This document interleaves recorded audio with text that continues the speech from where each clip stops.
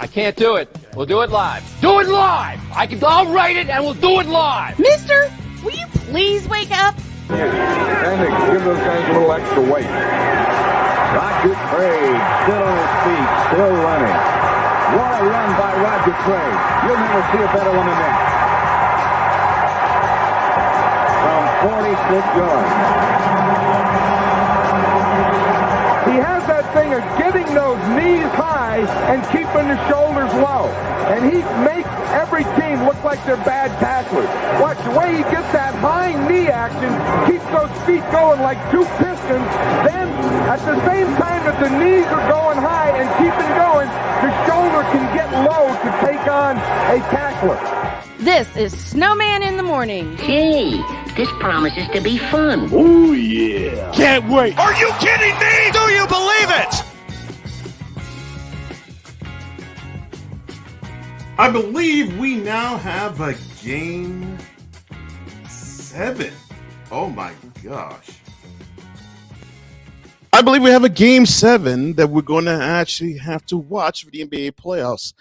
Good morning, everybody. Welcome to Snowman in the Morning with Cole Johnson. I am one of those two, Cole Johnson. The other, Mr. Brian Snow, he is recovering. He may join us momentarily. He may not, but that's all right. We have you, and that's all that matters. We have you on BS3 Network watching us live right now on Roku TV. We also have you live on Facebook. We also have you live on YouTube. And speaking of that, if you go there now, we are live, youtube.com/C/Snowman in the Morning 50. That's Snowman in the Morning 50. That's Snowman in the Morning. Let me see if I can get this straight wise. 50. You could do that and you'll be amongst the fam.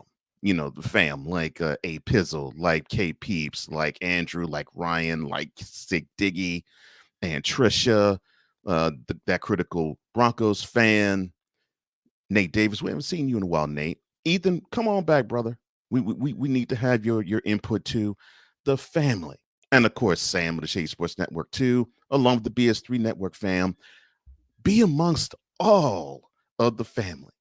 And while you're there, hit the subscribe button on YouTube and hit the notification bell to get any and all content that comes from here. Good morning, sick. It's Friday the 13th. Is anybody feeling lucky? Punks. Thank you for the Dirty Harry reference, sick. What's good, says Cool McCain. What's good with you, brother? What's good with you? I've been seeing you start up your Eagles Elite podcast. I love it. And this is coming from a non-Eagles fan. I love it, bro. On tap today, we're going to talk about the last night's Game 6s between the Suns and Mavericks and the Heat and Sixers. We'll touch on tonight's Game 6 matchups. And we will touch on other things. We have some guests that will be coming and gracing our presence, God willing. Of course, Sam Shady of the Shady Sports Network at the bottom of this hour. The top of the next hour will be, of course, BS3 Network's own Ben Sutter III. And at the bottom of hour number 2, we will enter the Boom Shakalaka once again with Chris. All about that bass. But first, I think we now have a Game 7. The first Game 7 of the 2022 NBA playoffs. And that game will be between the Suns and the Mavericks in Phoenix, because last night, the Mavericks decided to put a butt whooping on the Suns, or should I say the Suns, after the first quarter, waved the red flag? Well, white flag, I mean.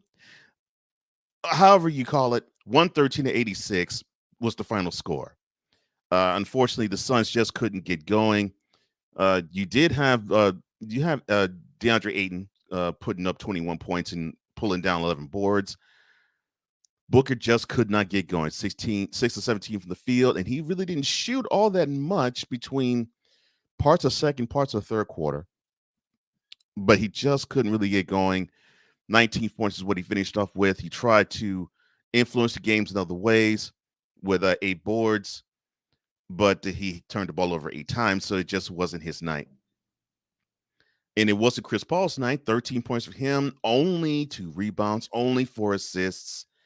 He had a rare bad night at the office, and game 4 was an anomaly. This was a bad night in the office. 5 turnovers along with those 13 points, and just getting little to nothing off the bench. For the victorious Mavericks, who pushed this series to a game 7, you have a Bullock sighting. I did not think he was going to appear. 19 points, chipped in with 7 boards. You had Jalen Brunson with 18 points. And, of course, you had Luka Doncic pointing the way with 33 points. That was not a shock. That along with 11 boards and 8 dimes, so he influenced the action. But you had a lot of activity along with the action that he influenced. And then you had Spencer Dinwiddie off the bench giving you 15. This series has been basically a tale of two venues. When the Suns are at home, their role players play more comfortable. When the Mavericks are at home, their role players play comfortable. There's really only been one game, if I'm not mistaken, and I might be wrong, but I think it was only one game where the margin of victory was less than double digits, and that was game 1, and that game wasn't even close. But seemingly, you're having the role players of both teams, when they get on the road, they seem to not have that juice. They seem to want to be spectators, and in the playoffs, you don't need that. You don't need the role players to be spectators. You need them to step up. You don't necessarily need them to score 20, but you need them to, score a key bucket here and there, get that key steal, get that key block, pull down that offensive rebound. You just need them to do something just a wee bit extra that's beyond their current role. And if you could do that, that's where you'll have the juice. 6 says, Cole, only thing to top that quote is Mr. Bay sporting a certain hockey mask. But yes, we're going to see a game 7. And I'm somewhat disappointed. It might not be. I'm not going to say it isn't yet. It might not be the Warriors and the Grizzlies. It definitely won't be with Ja Morant on the court. But normally with game 7s, you're hyped, you're pumped because it's been hotly contested and all of that, right? So there's this saying, and I think the first time I heard it was when Charles Barkley said it, but I knew it was said before he even put it out and submitted this to have me quote him. But he said, a playoff series really doesn't begin until the road team wins. Well, in this playoff series, it has not begun because the road team has been garbage all 6 games. And I really do mean that. They have been garbage all 6 games. It's just been, both teams on the road have been atrocious. And this is funny to say this about the Suns because they had the best road record in the National Basketball Association. They only lost 9 games on the road. So to see them lose 2 in the first round and 3 in the second round, it's like, wow, okay. So the mettle that y'all had and the toughness that you forged in wanting to prove that you were the best team in the league, and it didn't matter what building in which you played, you were going to assert whatever game that you want to play on your opponent. You now have 5 playoff losses on the road to show for it. And yes, you've been flawless at home, except for game 2 in the first round. But it's disconcerting. It's almost as disconcerting as that 134-95 butt whooping the Grizzlies put on the Warriors the night before. From the standpoint of, to me, they are the Warriors and the Suns. They are the 2 best teams, in my opinion, in the Western Conference. But they show huge, glaring chinks in the armor where if if there was an opponent that actually played well enough on the Suns or the Warriors home floor, at least one good game, both these teams would be in trouble and could be summarily dismissed. And that to me is what I find tragic. What the Mavericks need to do, and it's simple. The role players need to show up. Doncic is going to show up. The role players need to show up. Brunson needs to be aggressive. Finney Smith needs to hit a couple of threes. Kleba needs to hit a couple of threes. Dinwiddie needs to show up. All of the role players for the Mavericks need to appear. It is just that cut and dry, that simple, that basic. I can't even put it in plainer terms than that. The role players need to show up, and if they don't, we'll be talking about the Mavs after game 7, which will be tomorrow sometime, either afternoon, evening, or night. The time has not been determined yet, but the game is going to take place tomorrow. We'll be talking about them again in about 5 months. And I believe we will be, because I really believe the Suns are the better team, because Devin Booker had his first bad game in the playoffs. And I say bad for his standards. He still did finish with 19, but he had a stretch where he just wasn't figured in the offense at all. And now I think we're starting to see, if Booker is not figured into the Suns' flow of the offense, the team as a whole seems to bog down tremendously. So Booker is starting to now show himself to be the key when it comes to how the Suns energetically roll. So that is the game that is the game that produced a game 7. How about the other game 6 that took place earlier that night, which would be between the Heat and the Sixers? Well, before I go to that, Six says, game 7 is going to be a do or die for both teams. I'm curious to see how grueling that game will be for both sides. The victors might have taken a lot out of themselves in the end. Both sides haven't learned that regular season, postseason are two different styles of play, or they're learning their wrong lessons here. To your first point here, Sick. This is what I was talking about with the Heat and the Warriors. Oh, it's just the Heat and the Suns yesterday. And I was stressed that definitely for the Warriors. It would be cool if, and I think this would apply with the Warriors, it would be cool if tonight they just simply seal the deal against the Grizzlies and they don't extend themselves to a 7th game, because the wear and tear on their bodies will be just as bad as with the Suns. Now, if the Warriors were to clinch tonight, the Suns or the Mavericks, they have to basically play for their lives, or for their basketball lives tomorrow, and they have to leave it all on the court, which means once they do that, they actually have to play as if it's for the championship. And then after they expend that energy, then they have to be ready, whether it is that the Mavericks travel to San Francisco or the Warriors travel to Phoenix. They had to be ready for a team that might be rested. And that is not a good look for the Suns or the Mavericks. I totally agree with you, Sick. Now, what is a good look is the Heat, because they have put themselves in good prime position, in my estimation and opinion. 99-90 victory over the Sixers, and the game wasn't even that close.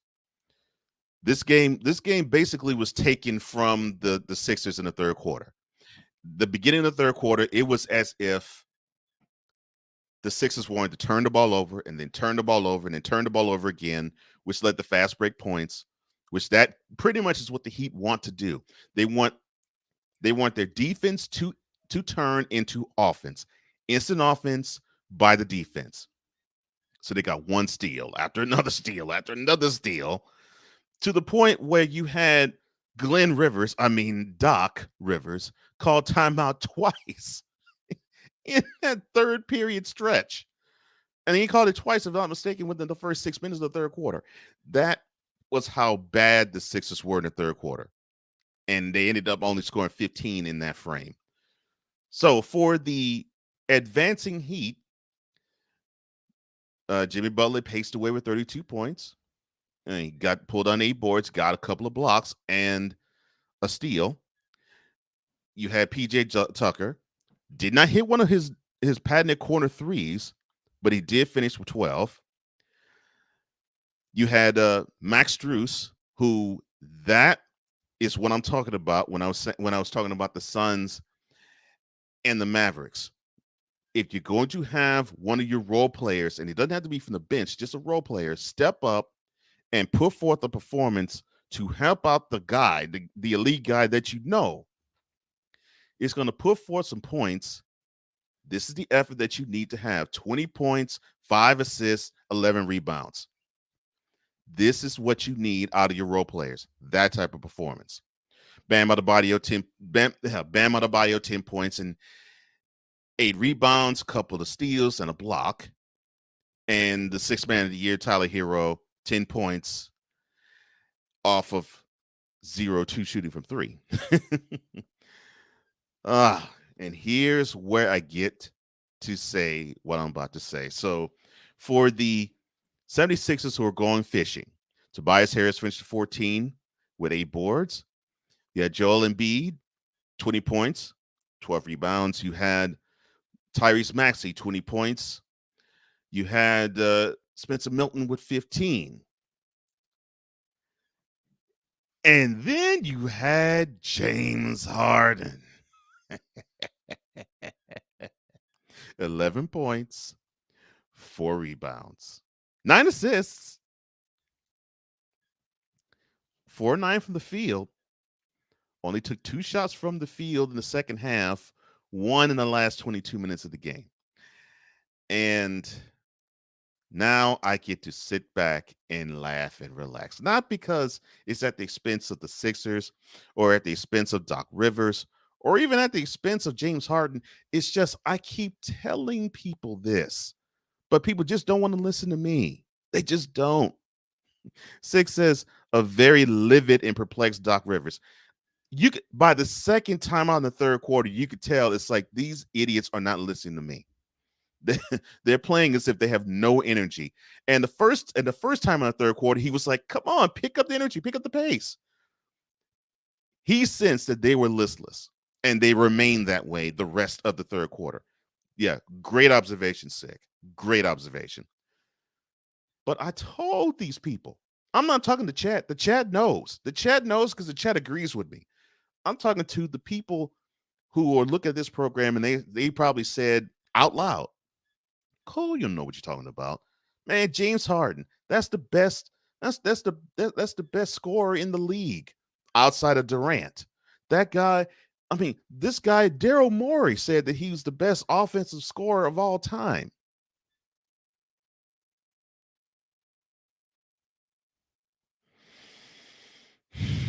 Bitch, are you for real? You for real? Right. Obviously, you could not. Obviously, you have to take anything that Daryl Morey says, the president of basketball operations for the 76ers and former GM of the Rockets, with a grain of salt. After all, this guy actually said, quote, "I just pick the players. I don't watch the product on the feed. I don't watch the product on the court. All I do is just look at the numbers and crunch them. That's all I do. I'm all analytics." Close quote. So whenever Daryl Morey speaks, I do not take him seriously. I never have, and I still won't. Six says, on the bright side, Embiid can now take his time off to properly heal from his orbital fracture and his thumb. Remember, he messed his thumb up in the first round too. So, yeah, he can now rest, and he can relax, and he can heal up, and he can show us that, and he can be pissed that he did not win MVP for a second year in a row. I'm not going to say he's jobbed. I'm just going to, or robbed. I'm just going to say, if you feel as though you're the best player in the league, show us. And that's really how I feel about that. Show us.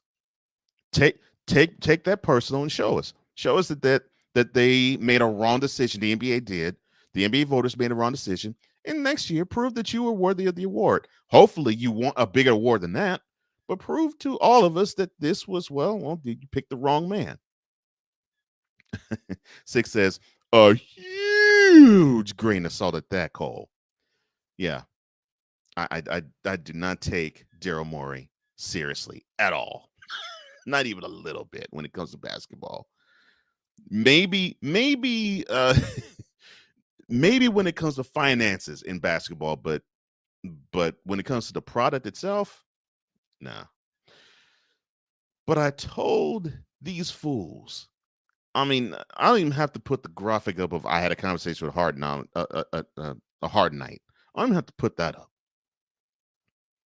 All I have to do is think about what Kendrick Perkins said when the trade happened between the Nets and the Sixers. Quote, Harden on the Sixers, oh, they're winning a championship. And these two, this is the next Kobe and Shaq. Close quote. Then he doubled down on that and said, quote, wait, did I say Kobe and Shaq? I'm so sorry. No. I mean, they're the next Magic and Kareem. Close quote.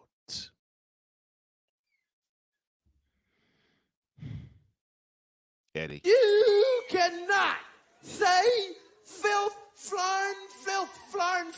in front of people. But that's what you do all the time, Mr. Perkins.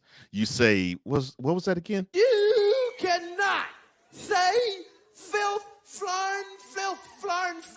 in front of people.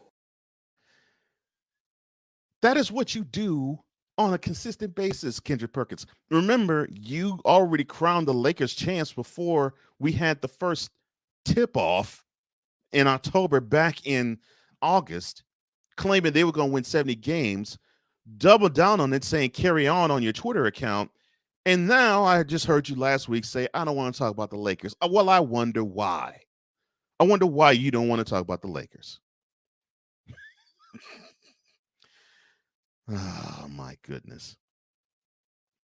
Cool says, testify. Six says, come next season, Embiid will be healthy and highly motivated and pissed off. I want that because that highly motivated and teed off Joel Embiid makes for a better product in the NBA. It makes for a better 76ers team. I want to see that. Yes. If you feel as though you got job, Mr. Embiid, take it personal and put it out on the players on the court next year. Please. Because I'll be a much satisfied NBA fan if you were to take it personal and do just that. Ryan, good morning to you, sir. And he says, good morning to everybody watching and happy Friday. I hope your Friday is going well too, Ryan. Six says, what's cool? What's good, cool? And he's also said the same thing to Ryan. He says, happy Friday the 13th to you as well. All right, let me say this about Harden. And I'm going to make this real short, simple, and sweet. Because, sir, I don't think you could take it.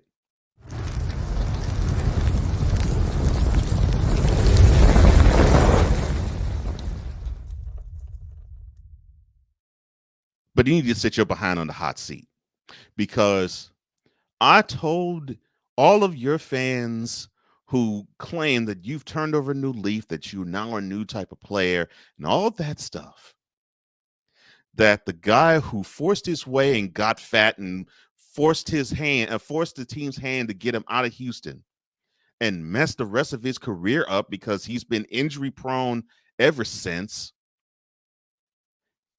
The guy is, I guess you could say, a less celebrated version of Kyrie Irving. And that dude is all about Kyrie. Well, Mr. Beard is all about Mr. Beard. Well, I take that back. It's not all about Mr. Beard. He's a lot about Mr. Beard. He's a lot about this. Making it rain in any club that he could see fit. Houston for sure. I don't know if he did any in Brooklyn. He already has gotten his jersey raised to the Raptors. And I'm not talking about in a build. I'm not talking about an arena. I'm talking about at a gentleman establishment club. He already has a couple of them in Houston. He already has one now up in Philly. So I guess you can claim you're the champion of juice boxes dancing on a stage, but you can't claim that you are one of the best players in any given season because you have taken now one team to a championship. You were only part of one team that went to the finals. And now it's before you were the guy that you are now. I saw your act in Houston. Being a Rockets fan, saw it. And before today's game, before last night's game, you were 1-7 in elimination games. And we're talking about elimination games that feature 10 points of 2 of 10 shooting, 6 turnovers and 6 fouls in one of them. And another where he put up a third of the 27 straight bricks from 3 in another. And in this one, you only took 2 shots in the second half, 1 in the last 22 minutes of the game. I kept telling people from mid-October to mid-April, James Harden is a beast. And he actually showed he was somewhat of a beast in this past mid-October to mid-April.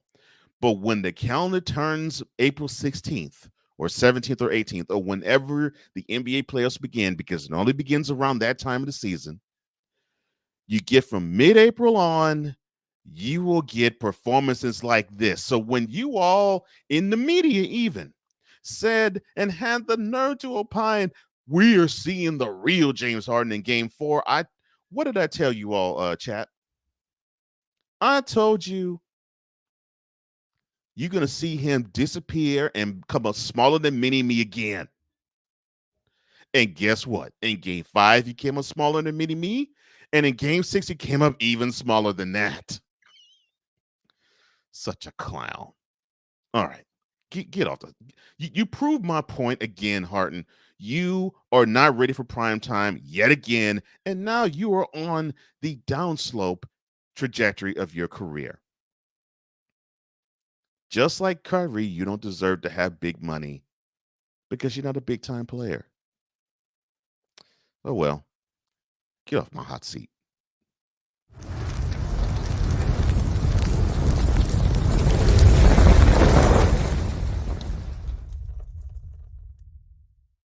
Cool says leopards don't change their spots. What's good, Sig Diggy?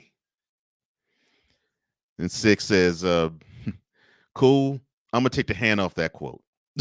We're going to take a small break. And when we come back, I will hopefully we'll be joined by Sam of the Shady Sports Network. We're going to talk a little USFL. We're going to talk a little bit of NFL too. So all you have to do is stay with us. We're going to come right back. This is Snowman in the Morning with Cole Johnson. I'm so glad you're joining us on the other side.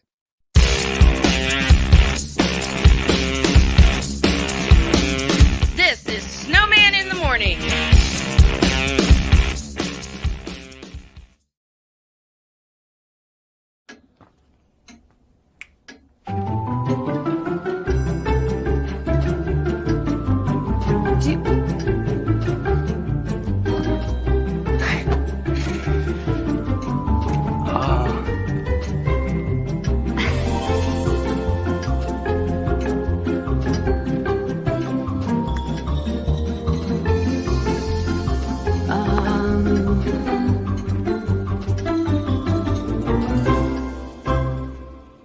Listen, you're my friend. I noticed you haven't really been yourself recently. Yeah, I feel like something's up. How are you?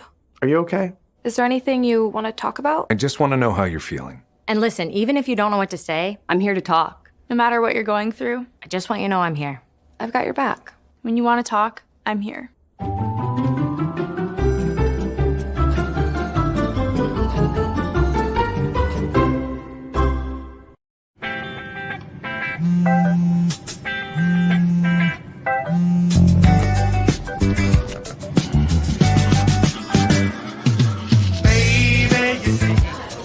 You're so right for me, and I'm right for you. I love the things you do, like sweet tasting wine. Your lips are so divine. Your loving turns me on. My lonely days are gone. That's why I'm never gonna let you go.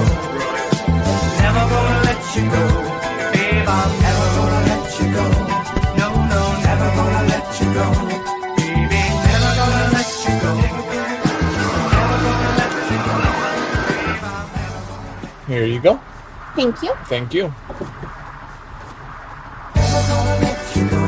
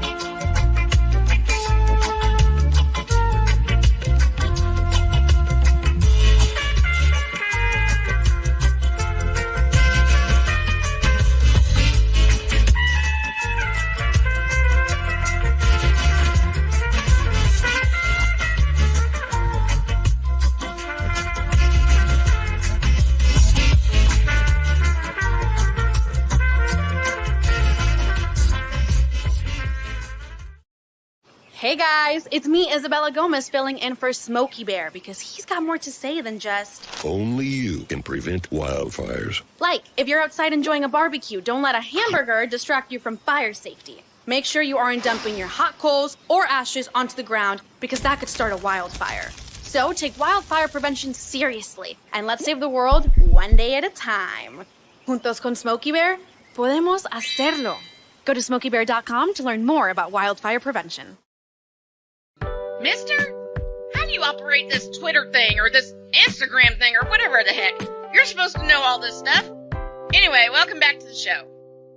Well, Dr. K, it is official SIT Morn. That's official SIT Morn. That's where you can find us on Twitter and on Instagram. Hopefully, momentarily, Sam of the Shade Sports Network will join us. We'll talk a little USFL, talk a little NFL as well.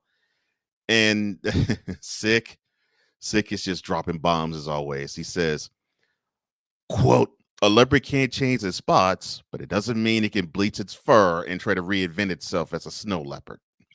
Close quote. Or quote, or dye its fur black and try to pass itself off as a panther for that matter. Close quote. Oh my gosh. I love it. I love it. Yes. It's I almost feel I almost feel like I want to be like Sally Field when she accepted her Academy Award. You like me. You really like me in terms of I'm saying this stuff, and I've heard for the longest that people are like, the heck you talking about, Cole? You know what you're talking about. And now I'm talking to people who see the exact same thing I'm seeing. And it's not that the Kool-Aid we're drinking is the same. It's just, well, we have eyes too, and we're seeing the exact same thing. Harden comes up small in the playoffs. I've been telling you all this ever since 2017. He ain't changed in the intervening 5 years since. He's come up even smaller as the years gone on. Ryan says, I'm sure James Harden has seen his share of leopard spots in the club.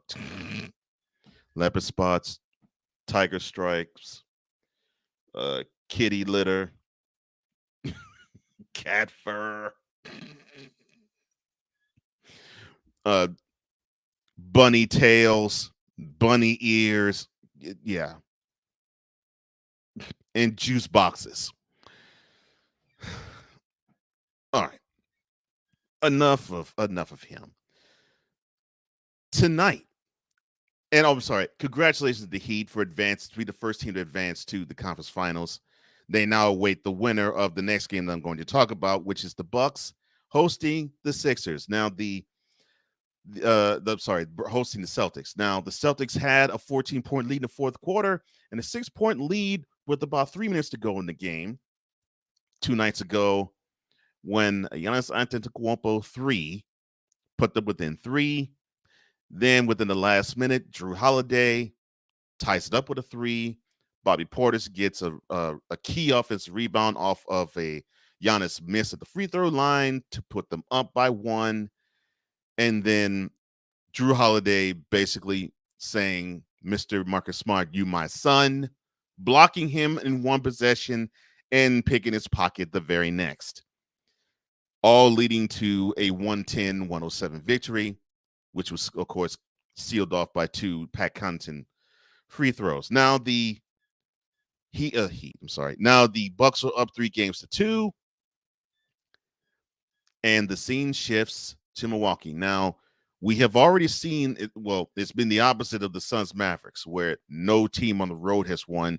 We've had the road team win 3 games already here. Now, the keys to victory to me in both for the Celtics first. No, you don't need Al Horford to find the fountain of youth again. You don't need him to score 30 again. You just need him to be a little more active, just a little. Double digits, maybe 12 or 13, around there. To me, you need to have Brown come close to 30 and Tatum come close to 30. You need to have Smart do what he does, except the following.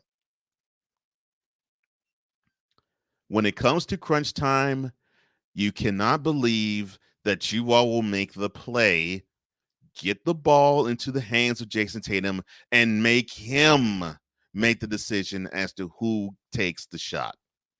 Why do I say that? For 2 reasons. One, for the exception of Game 3, Jason Tatum has been your best player in the playoffs.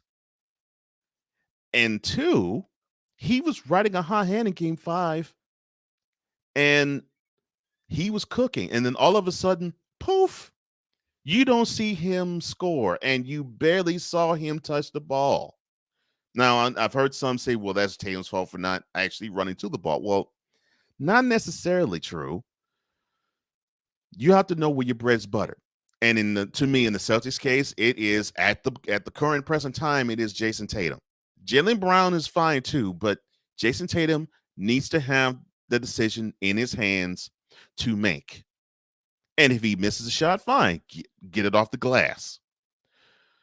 But you cannot think that you can take it in your own hands. And I think that led to the immediate loss Wednesday. Now, for the Bucks, I want you to understand that you are the bigger team. You may not be the better team. You're the bigger team. You're the more physical team. You are the more imposing team. Now, the Celtics can play your style, but they can't play your style as effectively as you can. Make the game as ugly as possible. I'm not talking about making the boxing match. Be physical. Physicality is what it's going to take for the Bucks to win over the Celtics. Yes, you're not the better team of the two, but you're the more physical one. And take advantage of those opportunities when the Celtics do make the mistake of not getting the ball in the hands of Tatum, and put that defense on its skates. You do that, I think we will see the Bucks advance after tonight. Now, I'll talk later about the Warriors and the Grizzlies. The tip-off of the Bucks-Celtics game is 7:30 Eastern. The tip-off of the Grizzlies and the Warriors is at 10 p.m. But now I am joined by my first guest on the fantastic Friday edition of Snowman in the Morning with Cole Johnson. He hails from the Shady Sports Network. It is my friend Sam Shady. How are you doing, sir? Good morning, Cole. How are you doing today? Man, I cannot complain, man. I'm doing wonderful. Where should I begin? I'm having a go ahead. If you don't mind, I'd like to start us off with a piece of Major League Football information. All yours, sir. So, in case you haven't heard, there is another league trying to launch in 2022. It's called the Major League of Football. They're kind of positioning themselves as a developmental league. I want to say basically a tier below the USFL and the XFL. They're aiming to develop players for leagues like that.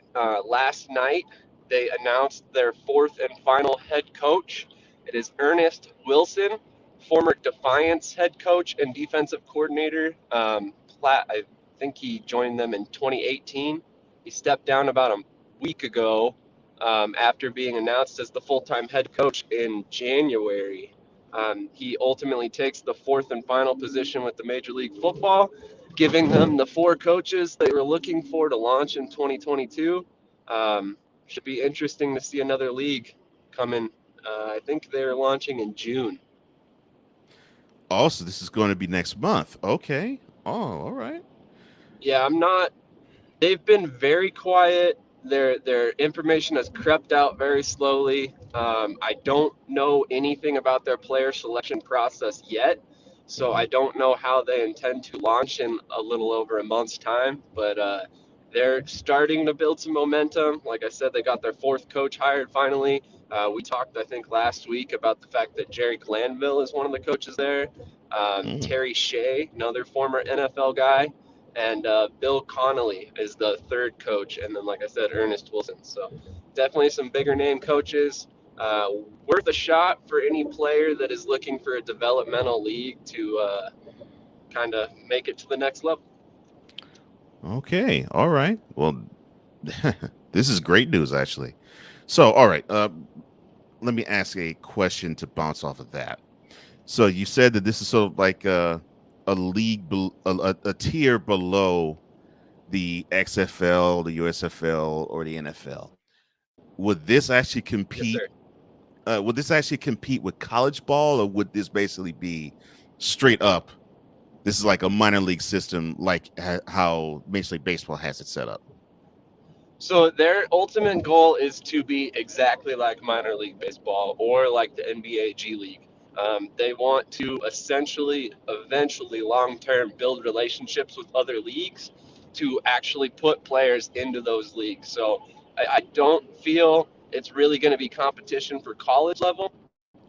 This is more going to be for guys who either, one, they can't, for whatever reason, hack it at the college level, whether it's grades issues or stuff like that, or for guys that they come out of college and they just need that little bit more coaching to get to the NFL or the XFL, USFL level.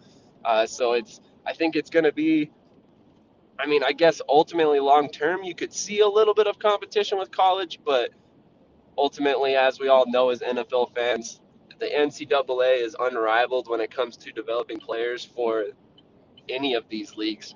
So to say any new league would be a competition for the NCAA is a stretch, but I definitely think they have their place in the world for sure. Yeah, that's good to know. Okay.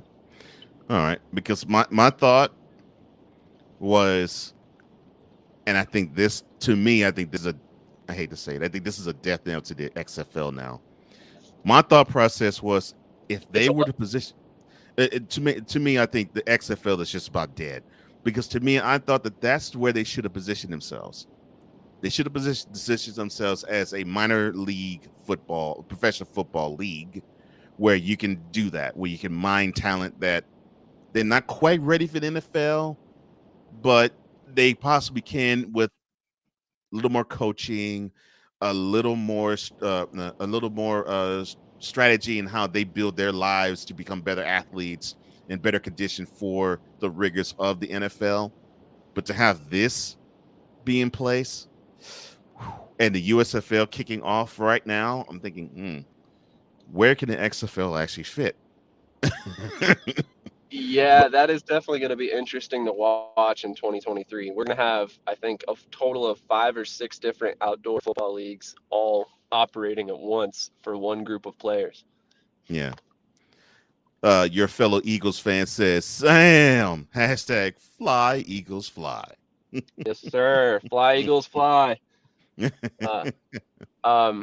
I do want to say I think there's a place for all of these leagues, especially with the way that they're all situating their seasons. The XFL is actually going to be placed right before the USFL season kicks off.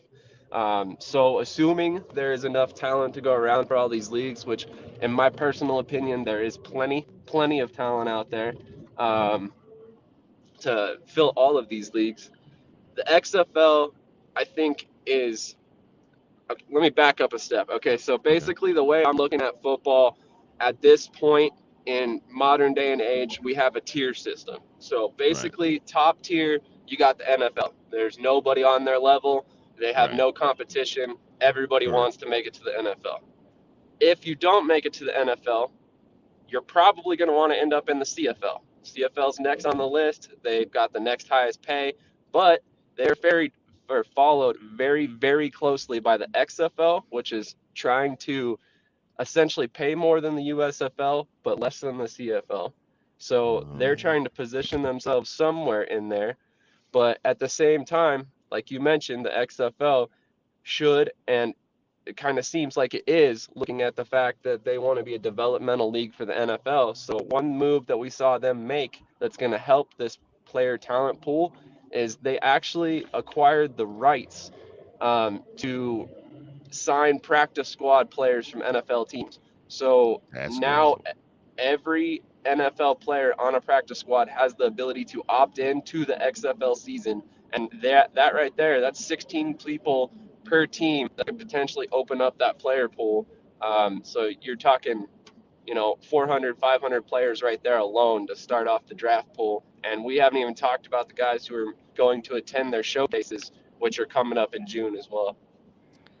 That is actually, if the XFL is doing that, that is an absolutely good move. It's a good move, and it goes to the next point that I was going to bring up, but Cool actually helped me out when he says, "I believe in The Rock. I think XFL would be a step below the NFL." And I mentioned Dwayne Johnson from the standpoint of of course, his professional career was a blip, but he was a practice squad guy on the Calgary Stampeders in the CFL. Yep. And I think he left before that season began.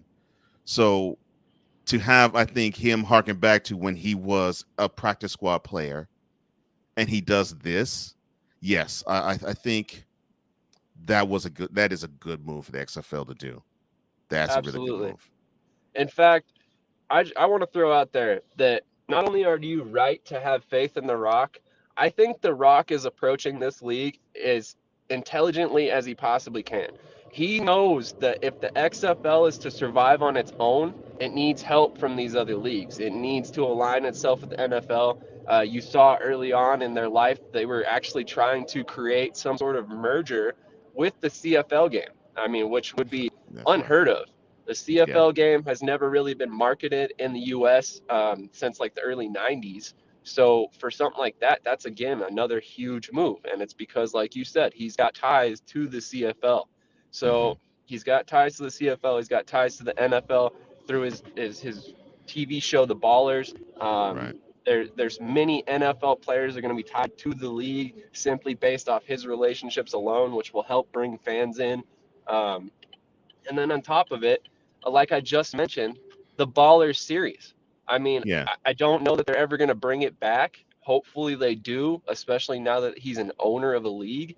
I think that would be just a great whole basis for a new season of Ballers. Now he steps into an ownership of a league. He's trying to develop it. You can kind of go behind the scenes, and that would be a cool little aspect of Ballers if it's me.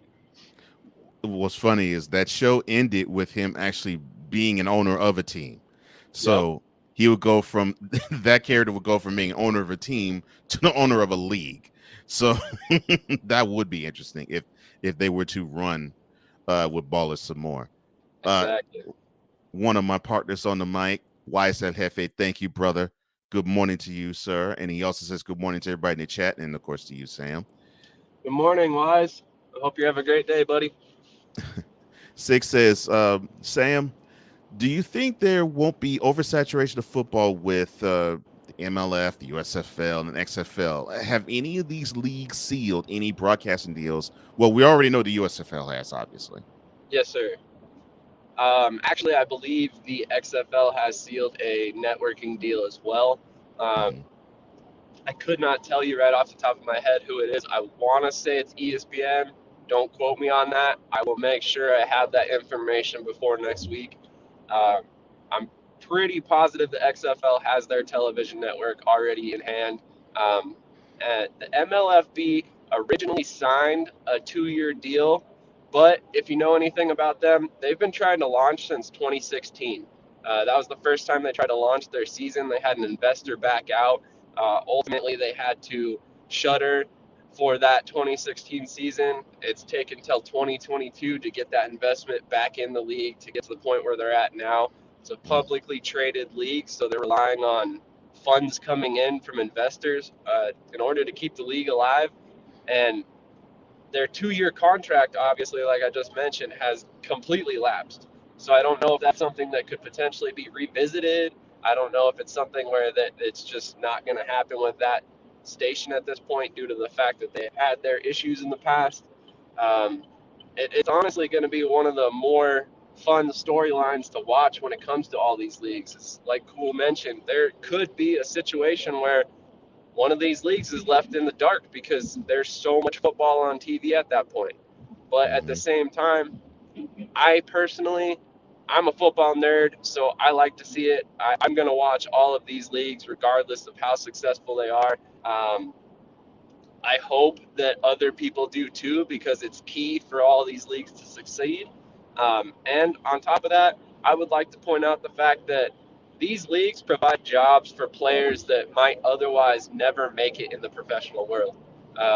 There's a lot of guys out there that didn't get the chance coming out of college that they maybe should have due to situations, whether it was they got hurt at the wrong time or they had the wrong coach for their abilities, whatever it may be. Leagues like this give them another chance to make it. And we've seen guys like PJ Walker come out of the XFL. Right now, we're seeing Jamar Smith in the USFL make his case for an NFL roster. I think this spring football, summer football, whatever league it is, giving more opportunities to these players is only going to benefit the NFL long term because they're going to find more diamonds in the rough. It almost makes you want to question: will one of these leagues do make the mistake like the USFL did in its first iteration and claim that they can compete directly with NFL in the fall? But I believe every other league that is not the NFL has learned you cannot touch that. You cannot touch that brand. I'd be willing to bet you're correct, sir. I think as bad as the lawsuit went for the USFL back in the day and ultimately ended up killing their league the first time around, I don't think any team or league is going to attempt that this time around, at least not until they're very established. Yeah, I agree with that. Sick. I'm sorry. Wise, Sick says hello to you, and he hopes you're having a good, happy Friday the 13th.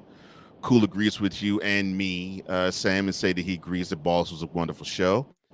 And Sick asked this question. He says, what about sponsorship deals for any of these launching leagues? Well, the sponsorship deals are kind of an interesting aspect about these leagues as well. It's kind of outside of the outdoor game that we were just talking about, but one of the leagues that's really benefited from outside investments from sponsorships like that is the Fan Control Football League. They were able to raise enough money to go into season 2 with funds to spare. And I think that's definitely a major way that these leagues need to look at keeping themselves alive. I think Fan Control Football League is ultimately using Progressive, Wendy's, and like a couple other companies that are very prominently built into their gameplay to where you know that these leagues are sponsored by these people. And if that's the case, I think that's something the MLFB should definitely look into. The XFL, I don't know that they've done it yet, although I would be willing to bet that it's only a matter of time with The Rock running the show. And then same with the USFL. The USFL right now, as much as I hate to say it, they're on tentative ground. Yeah. They haven't had a whole lot of fans in the stands. We're now hearing that they're going to put tarps up over the stands because it's gotten that bad. Yeah. If that's the case and they don't move into their host cities next season and they try to reapproach season 2 in a hub, I hate to say this, but we might see the USFL fold again before season 3. Yeah, I hate to hear that too, and I hate to say it too, but I agree.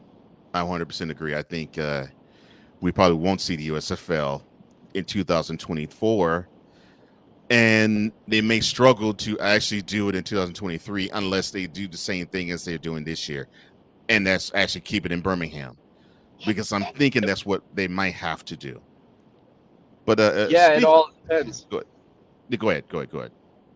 I was just going to say it all depends on how the rest of the season goes. We're halfway through. Fans just aren't showing up. So I don't know how they're going to approach it. If they approach it as a hub season, I think that might spell doom for the league. We've already seen the XFL move away from a hub because of what's going on in the USFL. So I think the USFL, they've made quick adjustments through season 1. This is one of those things they definitely need to adjust going into season 2. Get your teams in their cities. Let them start building relationships with their fans in those cities. Otherwise, you're doomed. I hate to say it, but I don't think you make it to season 3. Yeah, I don't want to have that hurts my heart. That hurts my heart. Here. Well, I'm saying, hold on. Ryan asked this question. He says, do you think that you can actually see alternatively the USFL and the XFL merging? This has been a subject that has come up a lot for people who are fans of alternative leagues. And I'm going to go ahead and give the answer that you probably do not want to hear. I ultimately don't think that there's going to be a true merger. But with that being said, I think there is definitely the possibility for it to happen long term. I think the XFL is going to want to see stability from the USFL. They're going to want to see teams in cities to kind of match their model. But one of the reasons this is coming up a lot is the XFL rules have been highly incorporated into the USFL game. So if the XFL rules stay the same, the gameplay itself is going to be very similar. So that's going to be a good thing. But at the same time, we talked about it earlier, the XFL is playing in February to April. The USFL currently plays April to June. So for a merger to even happen, it would create direct competition between these two leagues. So I don't think it's going to happen anytime soon. I think the best that we can hope for is like a championship game of spring football where hopefully the USFL and the XFL get together, work out a deal to where they can essentially be the AFL and the NFL like it was back in the day and have their championship game, almost a spring Super Bowl between the XFL winner and the USFL winner. And I think that'd be a very interesting way of tying both fan bases together without merging the leagues or becoming direct competition for each other. The timing of everything would be extremely interesting because, like I just said, they're playing in different spaces. So you could probably do it where it's before the USFL season, after the XFL season. So, like perhaps say Birmingham runs the table this year. They end up being the championship for the USFL. Or the champion for the USFL. So in 2023, following the XFL season, their roster would then compete with the XFL champion after the XFL season before the USFL second season. And then after that is when you break up the rosters, you do the draft for the USFL or however it's going to work. And then they go into their season 2. Wow. And Ryan says that the fans have turned up when the Stallions have played. Obviously, the Stallions are the hometown team.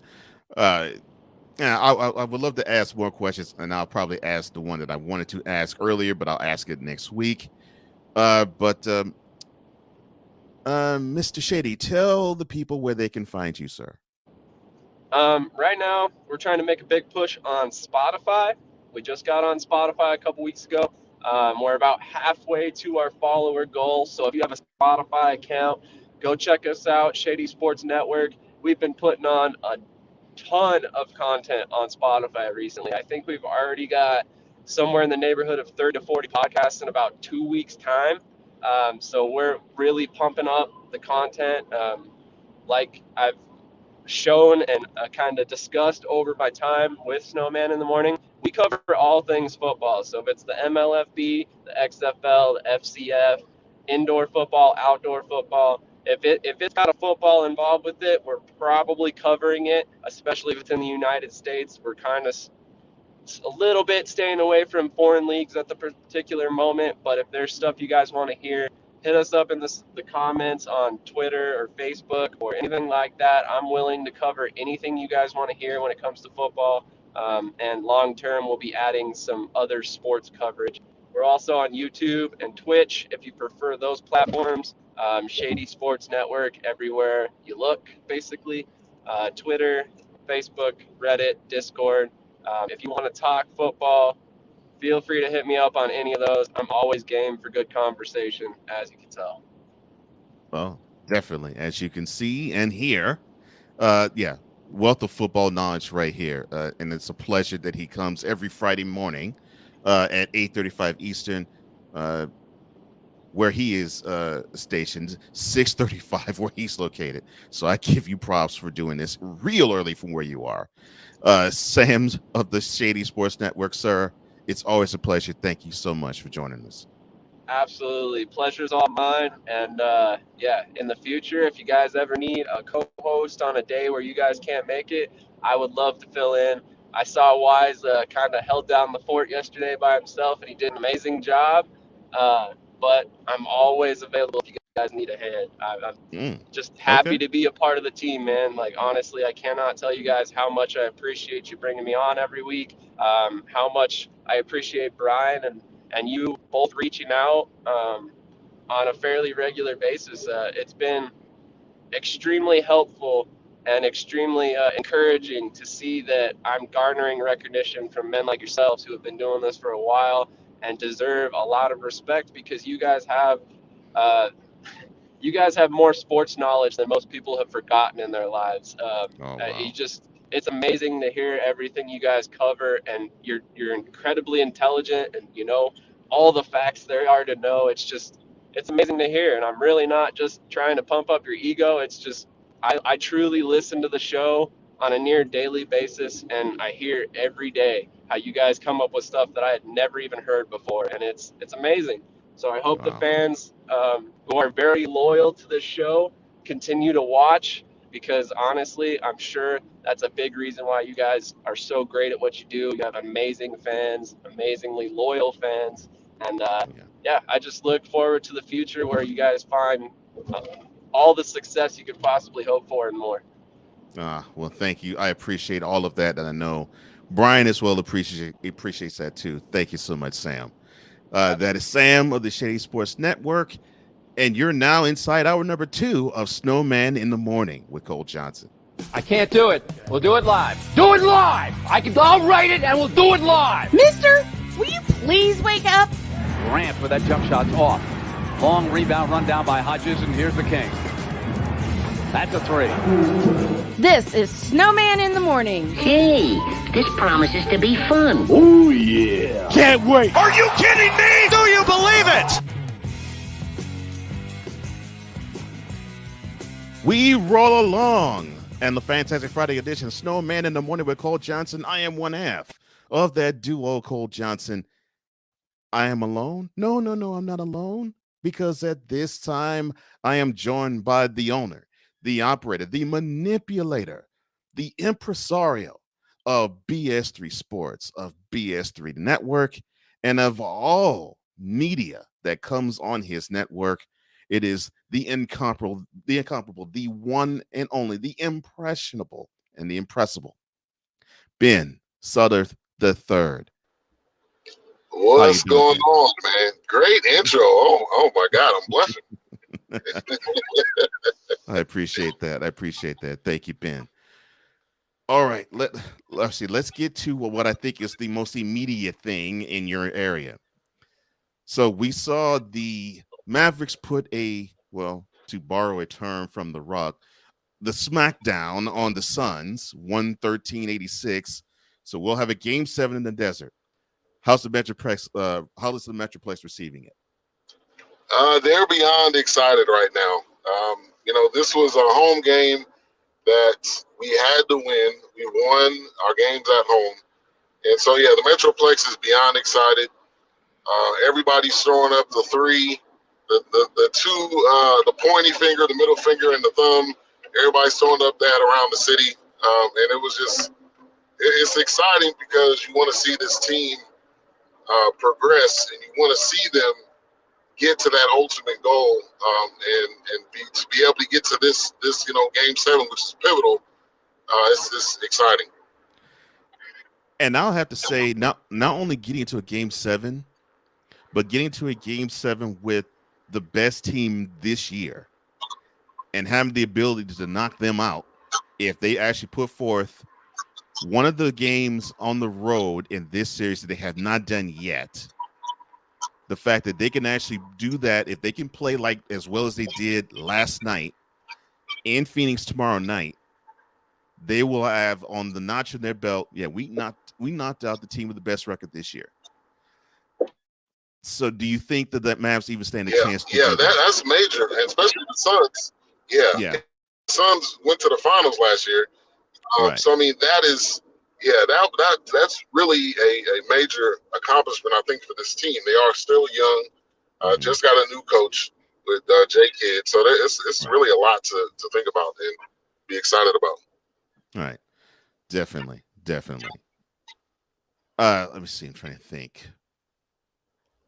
All right. So if the Mavericks advance to the Western Conference Finals, or even if they don't and they get bounced tomorrow, what do you think this team needs to get to that level where people are saying in August, September, yeah, the Mavericks are a Western Conference championship contender? Yeah, I think the biggest thing of what they need is a big man that is versatile.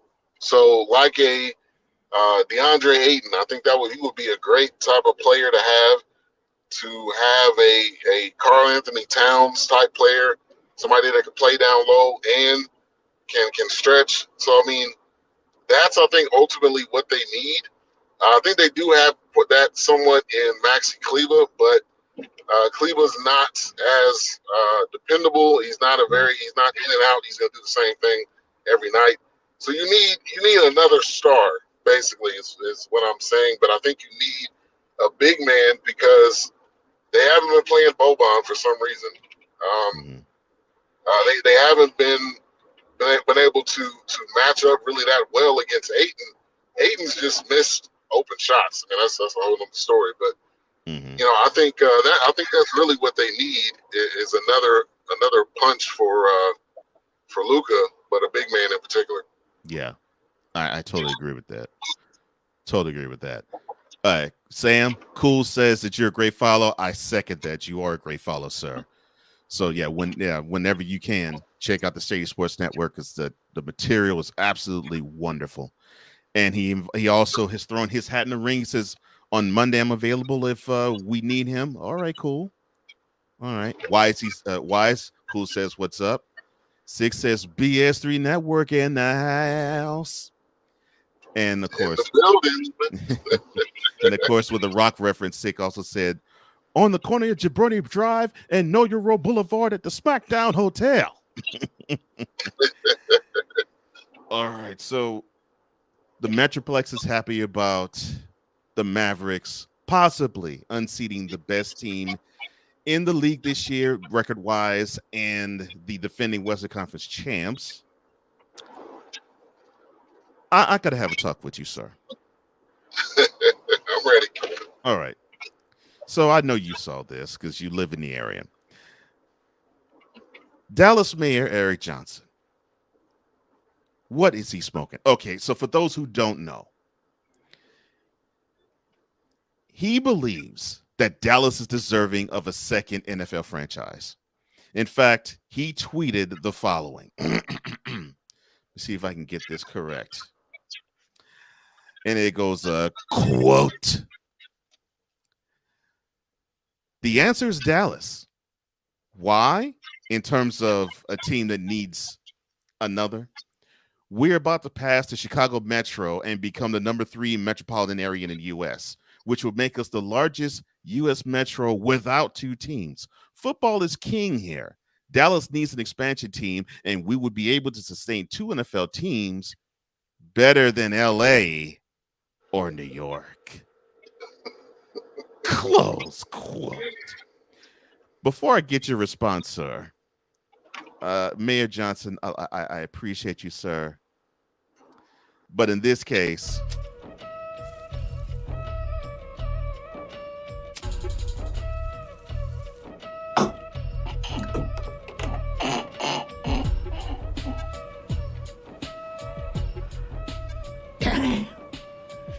This is so good. your thoughts, sir. Yeah, he is smoking that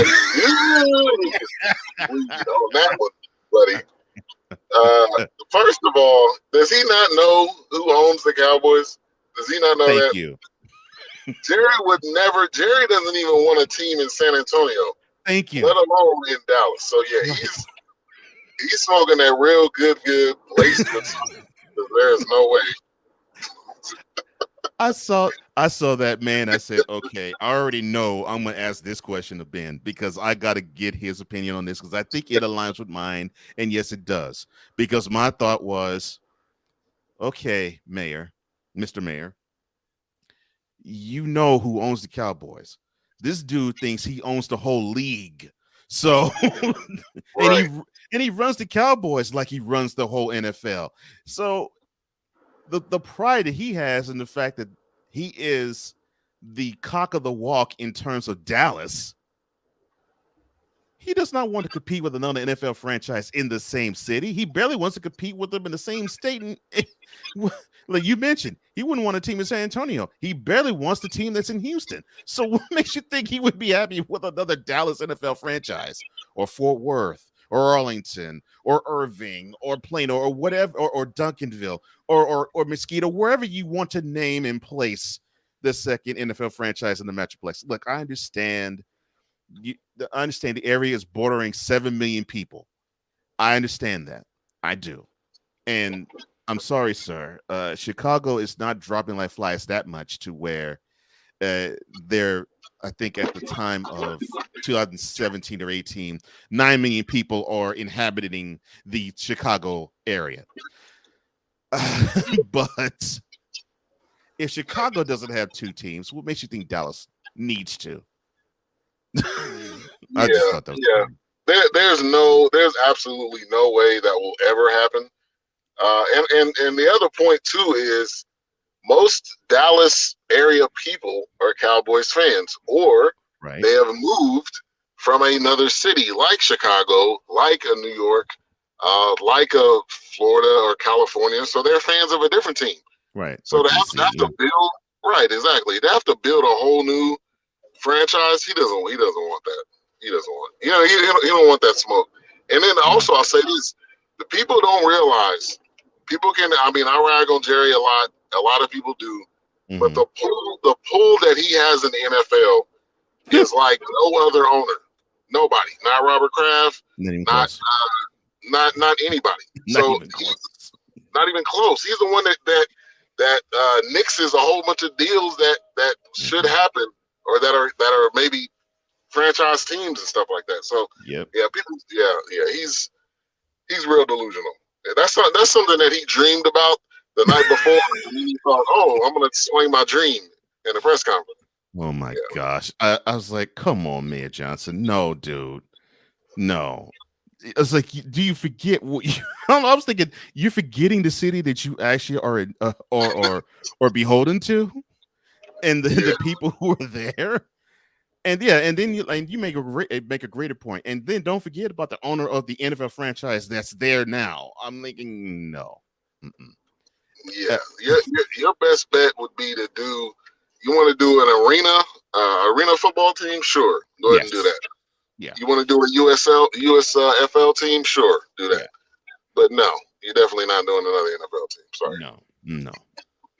Good. I'm glad that you and I, as Martin would say in Boomerang, we're here. I'm glad we are. Andrew, good morning to you. Yeah. Andrew, good morning to you, sir. And Sick says good morning to you as well.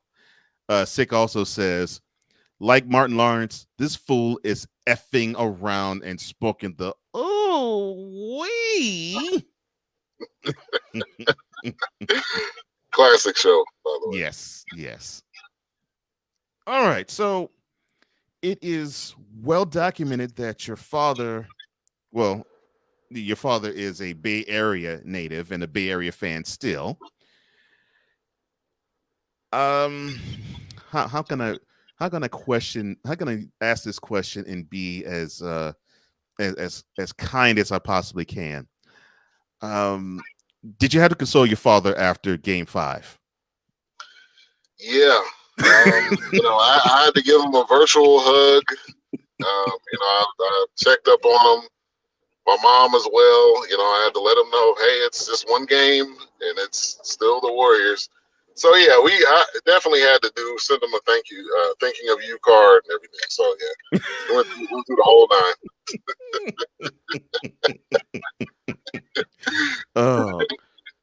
Oh man. Okay, so because that beatdown. Go ahead. Oh, that. And it is so messed up to say this. The Warriors lost by 39, and the game wasn't even that close. Yeah. I've never seen that before. When do you ever say, well, a team gets spanked by 39, but it was actually worse than that? Yeah, I don't know when you. I don't know at all when you can say that. But that just looked like the Harlem Globetrotters and the Washington Generals. Oh, that's what that looked like. I mean, you're losing by 50 in a professional basketball game on a team without Ja Morant. Like to me, that's the bigger story. Yes, is how Memphis played without Ja, and that tells you how talented that team is. It's very talented. And, yeah, I mean that tells you that no matter them missing their star player, which is clearly their star player, they were still able to not only win but dominate the Warriors. So wow, I was shocked to say the least.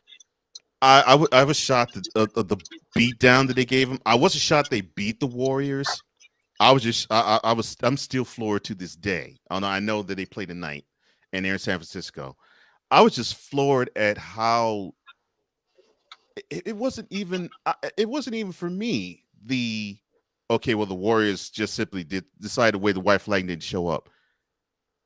This team that normally dictates pace and normally has the feeling of you all cannot defend us for 48 minutes. We dare you to try. But on the defensive end in that game, they looked tired, they looked old, and they looked slow. And I'm thinking to myself, wait a minute. I mean, I know that the pieces they have that are the championship pieces, they're in their prime, and they're probably at the end of that prime and about to go on the twilight side of their careers. But I don't think it's there yet. And I'm thinking, oh my gosh. And I know they got some young talent there, but they all look sluggish and slow. And I'm thinking, this Warriors team I don't recognize. I'm like, oh my gosh, yeah. And yes, to your point, Ben, I agree. It just goes to show how talented that Grizzlies team is, and they are not just Ja Morant. Right. And I think too, a very interesting aspect of this is that Steve Kerr obviously was not coaching. He's in COVID protocol. Mike Brown coaching the team. How much of that factors in to how this went down? And I don't think it's a big percentage, but I think there is a percentage that is partly the reason why. And he even said it himself. I wasn't up to date on the offense, so I mean, like, this guy's learning this stuff, which he's been an assistant coach on the team for a while. But I wonder, are the Kings like? Is it too late to shred those documents? That's what I was thinking too, man. That's what I'm thinking too. I'm thinking the Kings are about to say, you know, Mike, about you being our next head coach, seeing the last two games, I'm not so sure. Yeah, we're gonna hold off on that, and we'll get back with you. Okay? You Yeah. got Mark Jackson's phone number? Yeah. Don't call us, Mike. We'll call you, brother. Yeah. Hey. Yeah. Get Mark Jackson on line 3. Man, the talent that's on this team, I don't care what anybody says, there is no excuse. There is zero way that they lose that game like that. If they lose it by, okay, they lost it and it was a tight game, that's fine. Right. You can't lose a game like that. Your confidence, your confidence got to be a little shot going into today. I would think so. And Cool actually says he believes the Warriors packed it in that game. Second quarter, I started to believe that because when I saw what they were doing, it just looked like they were just going through the motions offensively. And then defensively in the third quarter, it's like I said, it was like they were all stuck in cement. And I'm like, it just shocked me. Oh, sorry. Andrew says hello to you, Sick. Back to the NFL real fast. So Cool asks, what y'all think about the NFL schedule? That, of course, the NFL schedule was released yesterday. And your thoughts, sir? For me, I don't really get that excited about the schedule. I think week 1, obviously, with the Cowboys playing the Bucks, week 1, I think that's going to be an exciting game. But honestly, I'm just looking forward to the season and the actual games. To me, the schedule means nothing. I just want to see what they're going to do on the field.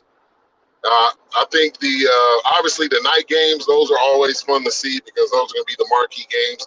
But I think the thing that we all need to realize is that they flex games anyway.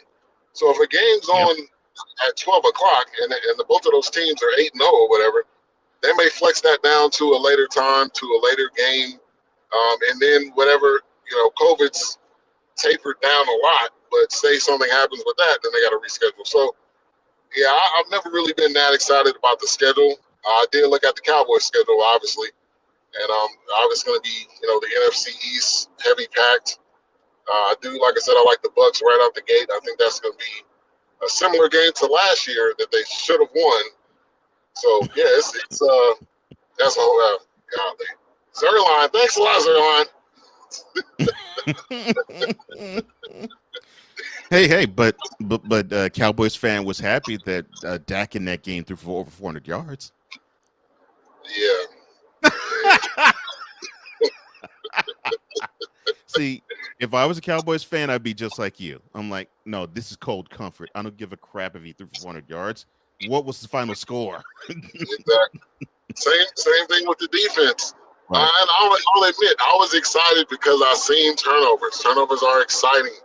But when it comes down to it, you still can't win a game. So turnovers are great for fantasy. Turnovers are great for the players going to the Pro Bowl. But turnovers don't always equal wins. No. You have to. It's still the name of the game defensively still is to stop the opposing team from either scoring a touchdown or a field goal. And and that game was proof. They had 4 turnovers in that game. But they still lost because they could not stop the Bucks on the final drive. So I'm totally with you on that. Cool asks, Ben, Christmas Eve, big dog, and of course, if you're not aware, Cool is an Eagles fan. Oh yeah, I know. Eagles, Cowboys. I need to come on your show. You need to come on mine. So we definitely got to do something. The way you said that, Ben, was beautiful. Yeah, I know. Yes, I will tune into both shows to see how you all kick it when the Cowboys and the Eagles match up both times this year. I will look forward to that. One more question before I let you go, man. So NFL, we talked about the schedule being released. We've mentioned that.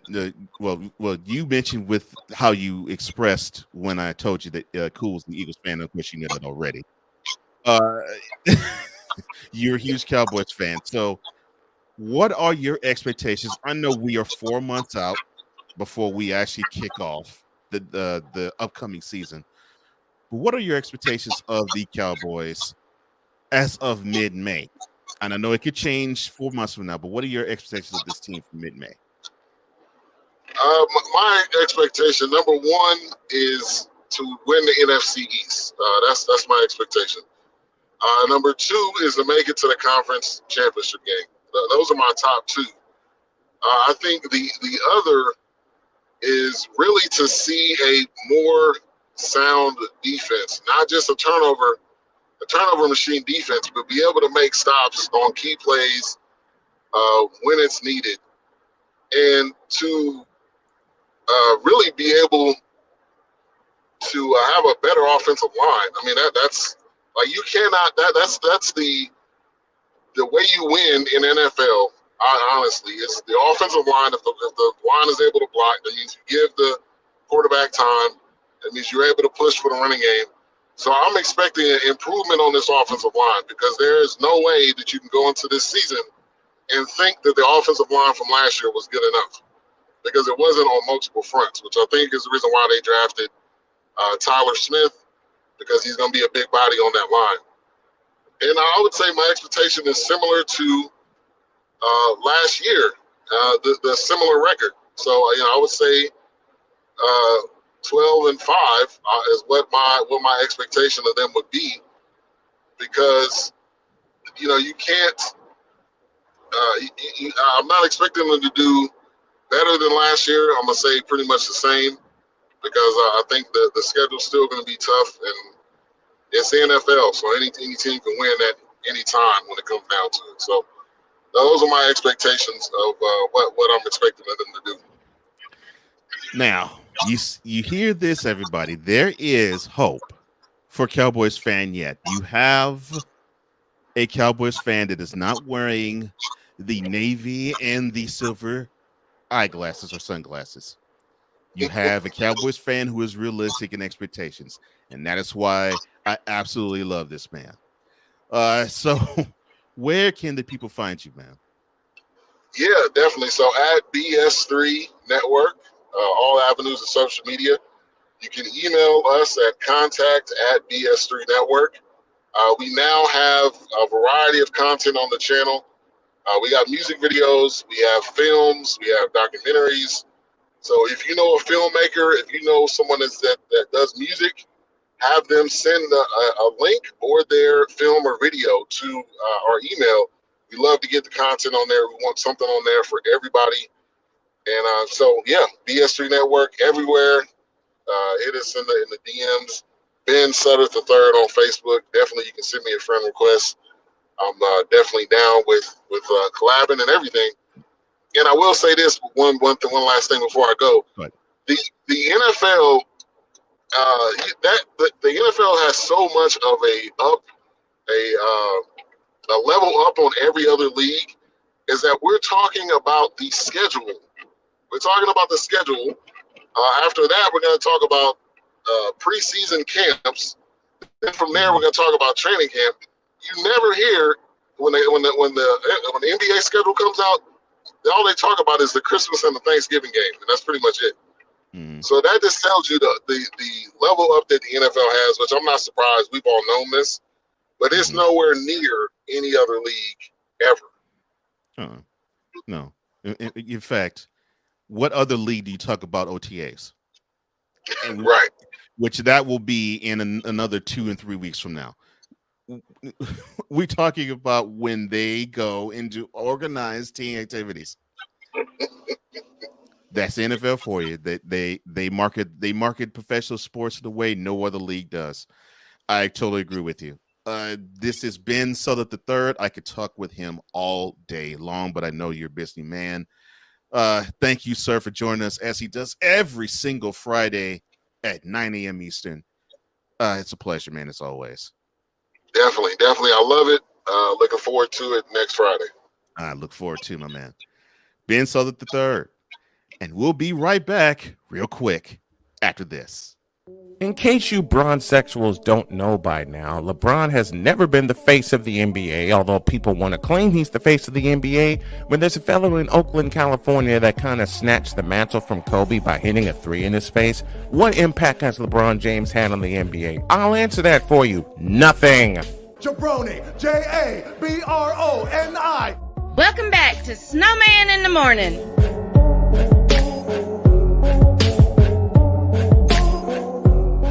Winding it down on the Snowman of the Morning with Cole Johnson, Friday morning. And I did say Friday morning, right? Yeah. It is 9:35 Eastern Friday morning, right? Well, you already know what we do at this time. We now enter the Boom Shakalaka with the man who is the baseline of all things sports and all things other. Definitely in radio and other forms of life. We are talking about the man known as Chris Bass. Sir, it is a pleasure as always. Always a pleasure with you. Good morning. Snowman in the Morning, of course, a fantastic program as Cole Johnson continues to be at the helm as my man Brian Snow continues to better health. Definitely. He says hello to you. Oh, man. Hello to you, brother. All right. So I will roll the red carpet out to you. What is on your mind, sir? Well, because the Miami Heat went on and got rid of Miami got rid of Philadelphia, I really feel sorry for Joel Embiid. Joel had a fantastic season, and I'm looking forward to him doing great things. But, these things happen. They have a stoppage, and Miami was just a better team, and they won. And I did feel sorry for Joel because he's got his game better. And I remember last year watching Shaq on Inside the NBA, and he was very critical of Joel Embiid about Joel, should dominate more, being a big man and take over. Right. And he took it to heart. And you saw the season that he had is just phenomenal. And he gets hit in the eye, unfortunately, and then he comes back with the mask, and he's still beat up by the opposing players. And, it's just a mess over there. I mean, Doc Rivers will just be, he's be out there in a little bit. And I don't know whether it's going to be Mike D'Antonio or possibly Jay Wright, as you know, who just left Villanova. Yeah. So that could be a possibility. And then I think Doc is going to be out there, and he'll probably become the new Lakers coach. Oh, Lord have mercy. Why did you have to spoil my morning with that? Oh, look, I'm not spoiling your morning. I'm just, stating the fact. And I love the Lakers, but they're up, Schitt's Creek, of the TV show, that is. What a save. Oh, yeah. So, and the thing about, I've also been watching the Winning Time, The Rise of the Lakers Dynasty. HBO had a free weekend. I don't have HBO, we used to, but I watched the free weekend. I got a chance to watch episodes. Yeah. Very detail-oriented. I was highly impressed by, like back in the day, they did this back in the day. It would be like the Los Angeles Lakers versus Oklahoma Yassholes or something like that. You have some funky costumes and it's not really detailed oriented. But this, I'm seeing players with jerseys on the back that I've not even seen in years, like Maurice Cheeks, Philadelphia guard, and who else? Daryl Dawkins, number 53. So I'm getting all these flashbacks. Like, they're really detail oriented, and so even to the point where even the people who are portraying they look like them. They have very strong characteristics, and come to find out, I'm like, the guy who's playing Norm Nixon looks just like him. Come to find out, that's his son. Deshaun Nixon. Of course, his mother is Debbie Allen. Debbie Allen, right? So I'm like, you gotta be kidding me. So you got a chance to play your pops. Yeah, that is awesome. Yeah. All right, your Embiid point first. Part of me feels bad for him. Another part of me, I don't really feel as bad for him, simply because this one was going to be tough. Yeah. Because normally when you vote for the MVP in the NBA, it almost always, without fail, goes to to the unquestioned number one man on the best team. And Devin Booker had a really good year, but people still, and it made me think, people are still asking the question, well, is Booker the unquestioned number one guy on the team, or is that team run by the way Chris Paul operates? And people still have their question about him. So because of that, Booker was disqualified, and this is just how I feel. Sure. Then we get to the Warriors. Well, Curry was probably the guy that would get it, but Curry tailed off after his hot 2 months. So nobody in the Warriors. Grizzlies. Yeah, you could do Morant, but Morant missed too many games, so it's not going to be him either. All right, the Celtics. Is it Jason Tatum, or is it Jaylen Brown? All right, no. So then you get to the more interesting aspects. The Bucks, the Sixers, and then the Nuggets. And Giannis, great season. Embiid, great season. Jokic, great season. And I get why they gave it to Jokic, because this was actually a little bit more along the lines of how you would vote for an MVP award. Because you think, okay, well, this guy got to play not with his second nor third best player. The second best player, he didn't play at all this past year. And the third best player only played 9 games with him. So here's this guy who's lifting up a band of role players, basically like Hakeem Olajuwon and Patrick Ewing circa 1994. And they saw that and they said, okay, this is impressive, because you take that guy off the team just sinks. And I think that is what they were thinking, which is odd, because that's normally not how NBA voters think in terms of MVP, but that's how they thought here. With Embiid, I said this the moment James Harden became a Sixer. I said, Joel Embiid's candidacy for MVP is dead. And it's unfortunate it took that trade to say that. But his MVP candidacy was dead the moment James Harden became a Sixer. And it's unfortunate, because that dude had a great year, to the point where he did something that has not been done since Shaq was in his prime. And that basically means that when the two of us were in ours. So, so, I mean, he did something in over 20 years that hasn't been done. And so, yeah, from that aspect, I do feel bad for Embiid. I still do. And it's the fact that you brought in, you got rid of the headache in Ben Simmons. You got rid of the headache. And then you bring in James Harden. But my question was, at the time when he came over from Brooklyn, which version of James Harden will we get? And so you see, Father Time, you can't escape it. You're not going to get the James Harden from Houston or even before that. Nope. You're getting the old man version of James Harden. You can dye the beard all you want to. I know that's your bread and butter, off the court, but still, when you perform on the court, goes back to how you do it.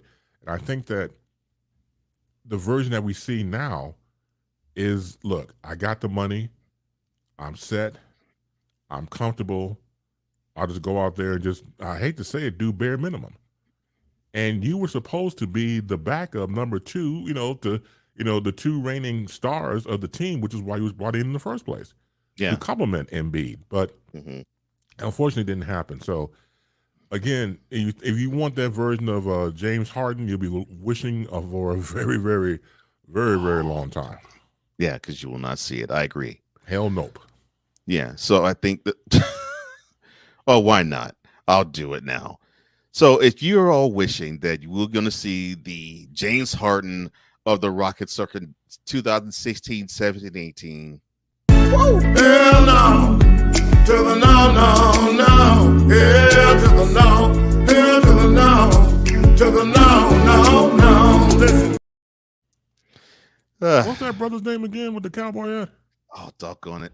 He's a reverend in Texas. And I he's a reverend in Texas? My God. He's actually a reverend.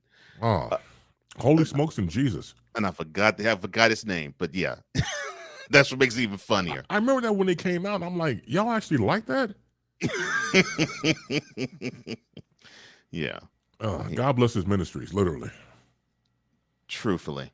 I know it was the pastor. Good for him. Yeah. Sick is happy to see. He says, it's base time. Oh, thank you, Sick. Good morning to you. Thank you so much. He also says it's up creek without a paddle Right. and taking in brown water as y'all speak. But yes, I agree. Look, the Lakers organization, the people walking around there, they're so full of nyet, their eyeballs are brown. Their eyeballs are brown, all of them. That's how much full of nyet they are. Oh my gosh. You can't escape it. Oh my gosh. I can't argue or disagree with that because I agree with you. Cold is the damnedest of shame. It is. It is. K Peeps, it's great to see you again, brother. He says, good morning, fellas. He says, why did James Harden shoot only 2 shots the second half of the game? I'll make an addendum to that. And only 1 in the last 22 minutes. And he says, is Stephen A. Smith correct that it was intentional and he has no intention on being, is Negro Night correct that it was intentional and he has no intention on being there? Oh, help. I don't know some of these plays with these players and coaches. Like I remember that one game when Embiid was, he had like a 20-something point lead. Why do you have Embiid still in the fourth quarter? Towards the end, it made no sense. Game 6, the closeout game in the first round.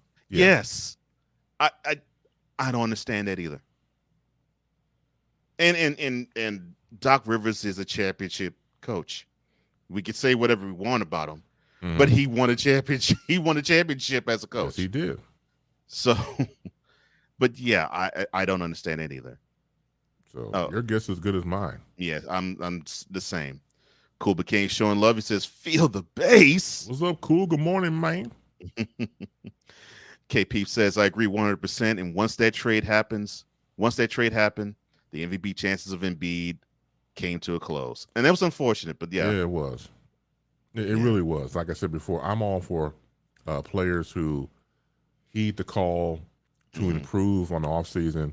So by the time they come back, they're new. Yeah. You can make a difference between last season and this season. So I commend them for improving the game, but the reward just didn't pan out, unfortunately. Yeah. Yeah. BS3 Network says, good morning, chat. Oh, Cool from our last guest says, let's go, because he got invited to the show. And BS3 returned and says, can't wait, Cool. And also BS3 Network said, I can't wait for the James Harden 30 for 30. Oh, Lord have mercy. No, don't wait for that. Don't wait for that. You can go do things better with your life than to wait for a James Harden 30 for 30. Put it like this. If they did a James Harden 30 for 30, make it 30 seconds long.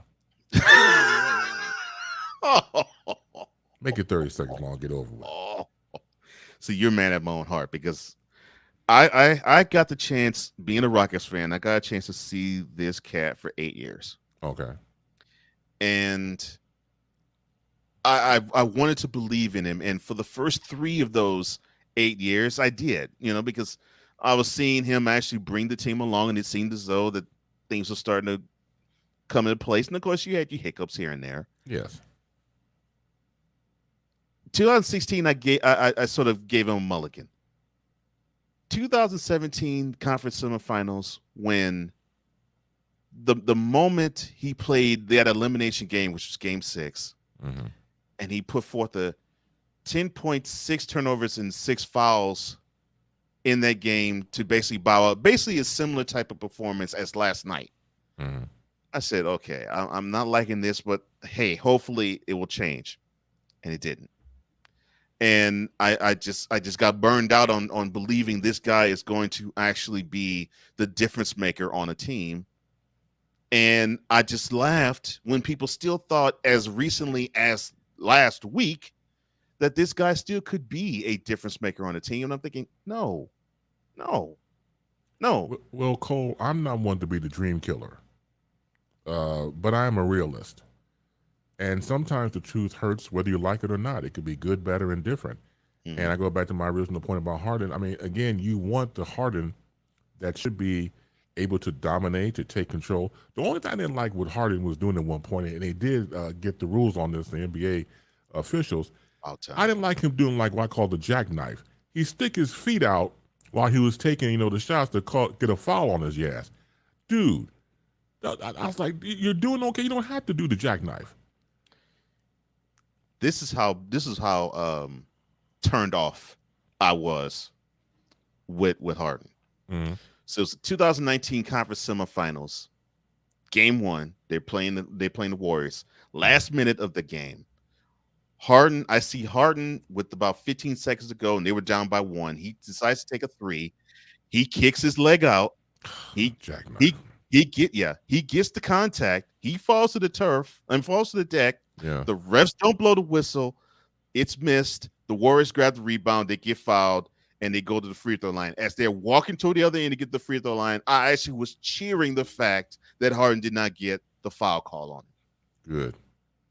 I'm like, this is ridiculous. I'm like, you should, on your own merit, try to make the bucket instead of try to job all of us and the referees and get bailed out by them. Like, right. That's how tired I'm surprised he didn't try to stick his big ass beard out to get a foul while he was shooting. I mean, it was just it became like a really a comedy show at one point. I got tired of kicking his legs out because the one thing you could injure yourself or the defender if you're not careful. Right. This is NBA, not Tai Chi. Right. I'm thinking, Lord have mercy. Cool says he can't wait for BS3 Network for your collab. KP says James Harden is out of shape. If he gets back in shape, he'd get back to old James Harden. I want to believe that, bro. I don't know. He's in shape. He's round. He's in shape. He's round. Yeah, he is A shape. Yeah, he's A shape. Right. Exactly.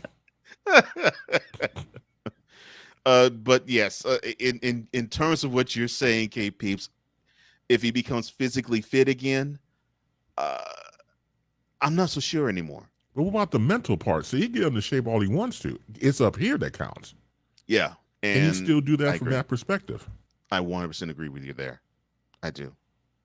I 100% agree with you on that one. Man. Cool. Acknowledge him. Shout out to Roman Reigns on that. BS3 Network says James miss it in the playoffs. Harden. Oh, that's right. Oh, Ben, I'm gonna steal that. I'm gonna steal that because that's exactly what I've been saying for the last 6 years. Mid October to mid April, one of the best players on the court, but from mid April on.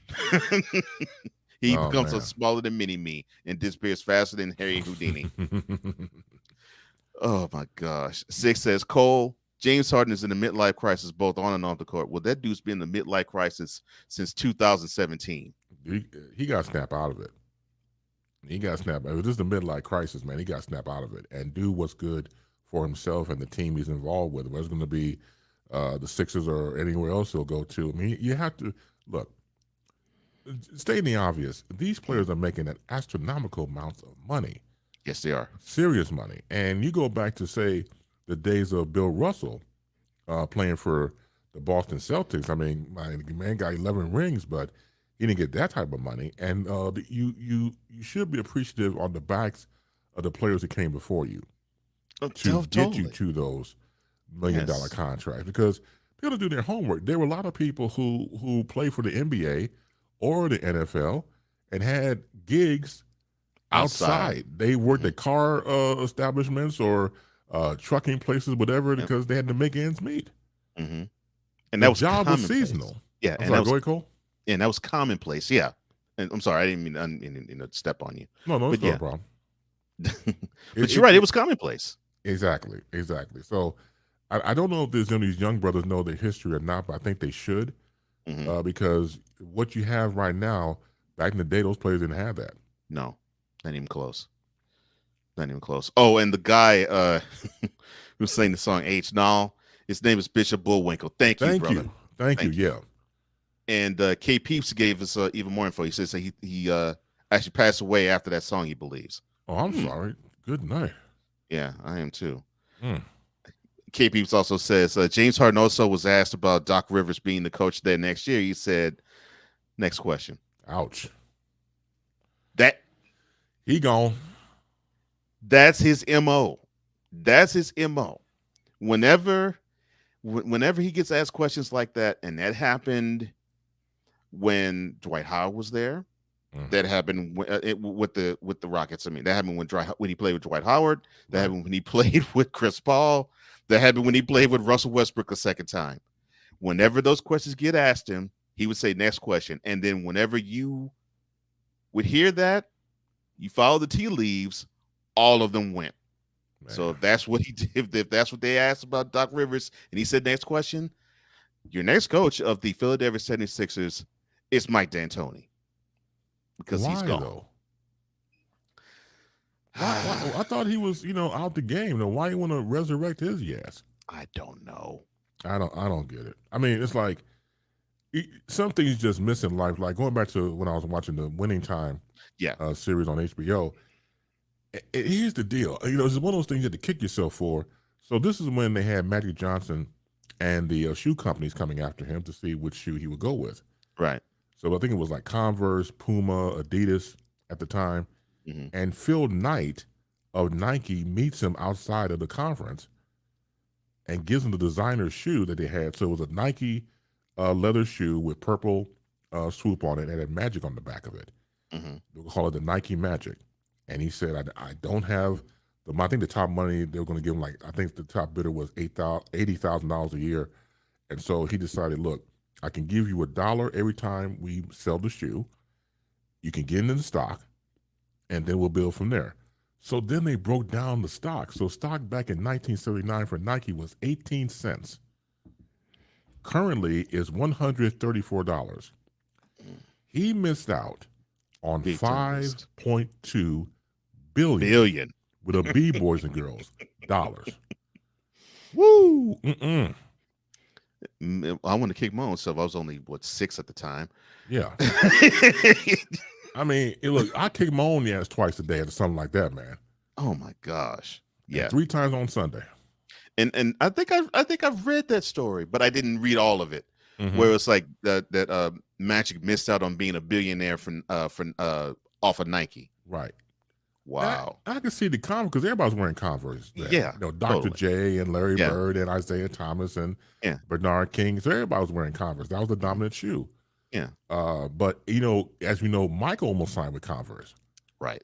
It wasn't until David Falk, his agent, said, let's go back and talk to Nike one more time. And, of course, the rest is history. Right. And look at him now. Oh, man, look. It's funny now because Nike now owns Converse. Right. How funny is that? How you like that? Yeah. They bought Converse out. That's right. Sure did. Twist of fate. The whole cold twist of fate. 6 says, 30 seconds for ESPN to consider and ultimately say, no to the no about James Harden.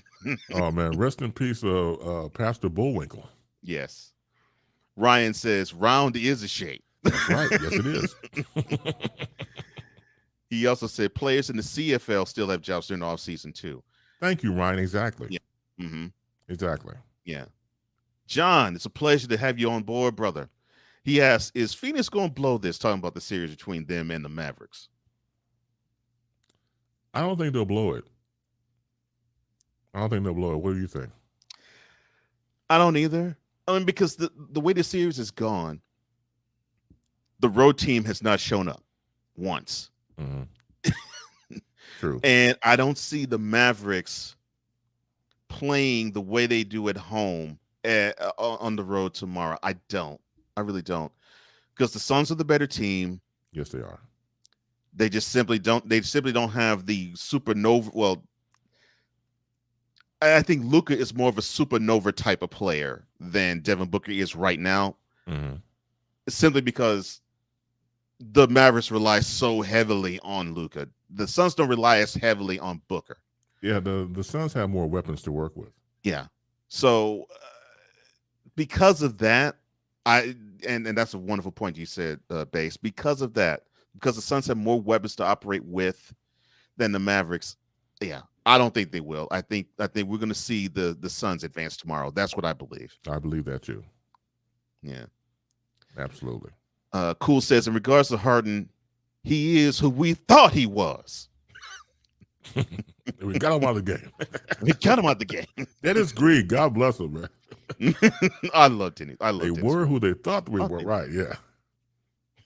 And we let him off the hook. Oh, yeah, they did. When a crime, then crime the binds. Yeah. Oh man, I love that. KP says Mike D'Antoni is linked to the team like a lion lurking in the shadows. Rumors are that since Doc's job's on the line, D'Antoni will replace him.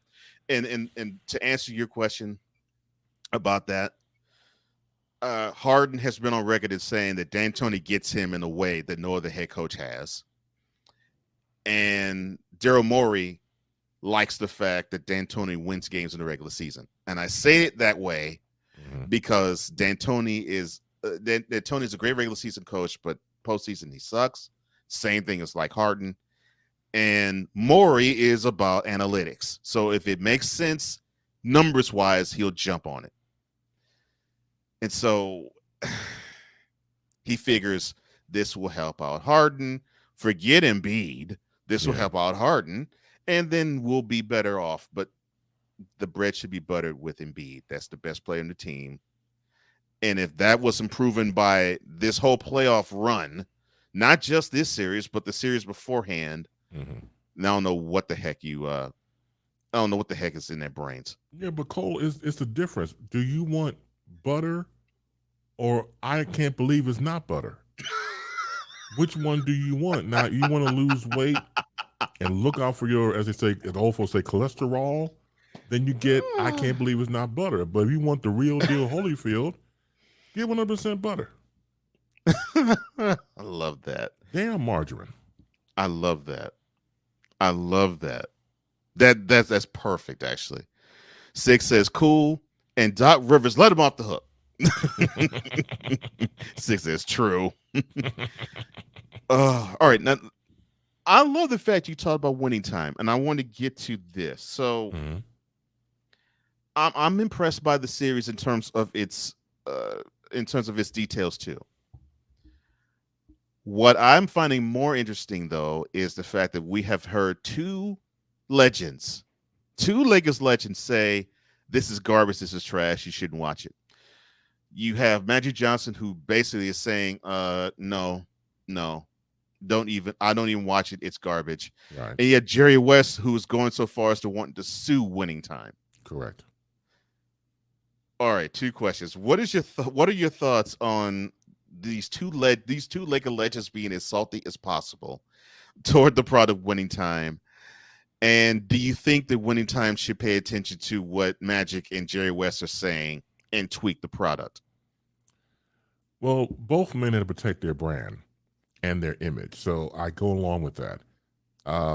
Magic, of course, has become a multi-million-dollar industry, with Magic Johnson Enterprises. I mean, he's on record right now to possibly buying the Denver Broncos. Mm-hmm. So again, just a stellar entrepreneur. Now, some things you want to keep in the past of his infidelities, but is also on record. He did an interview back in the day, of course, with ABC's at the time Barbara Walters about his infidelity and contracting the HIV virus. So I know something you want to forget, but you're also on record for that. Now, of course, you give it the Heisman Trophy stiff arm because you have your own thing going with They Call Me Magic on Apple Plus or whatever it is. Yeah, it's Apple Plus. To promote that, right. So you don't want to give credence to that. You have your own product about yourself and you control the narrative. I've been working in broadcasting now going on 30 years, and you run into a lot of people from every types of media, every types of backgrounds. I've never heard a bad thing about Jerry West. Never. About his temperament or behavior or anything like that. Never heard about it. So that's what shocked me about that. Yes. They made him out to be the bad guy. Mm-hmm. Like he's some psychopath and he needs mental help and stuff like that. I don't like the way he's portrayed in that series. I do not. And only because of the fact that you get away with artistic licensing because they tell you it's just an interpretation of facts. If Jerry West continues with the lawsuit, then that takes the precedence because if he actually wins, then everybody come forward and say, I don't like the way I was portrayed in this, that, and the third. Yeah, more lawsuits will be coming toward the show. Exactly. Yeah. Mm-hmm. But I never heard a bad thing about Jerry West ever. Yeah. Same. Me neither. Mm-hmm.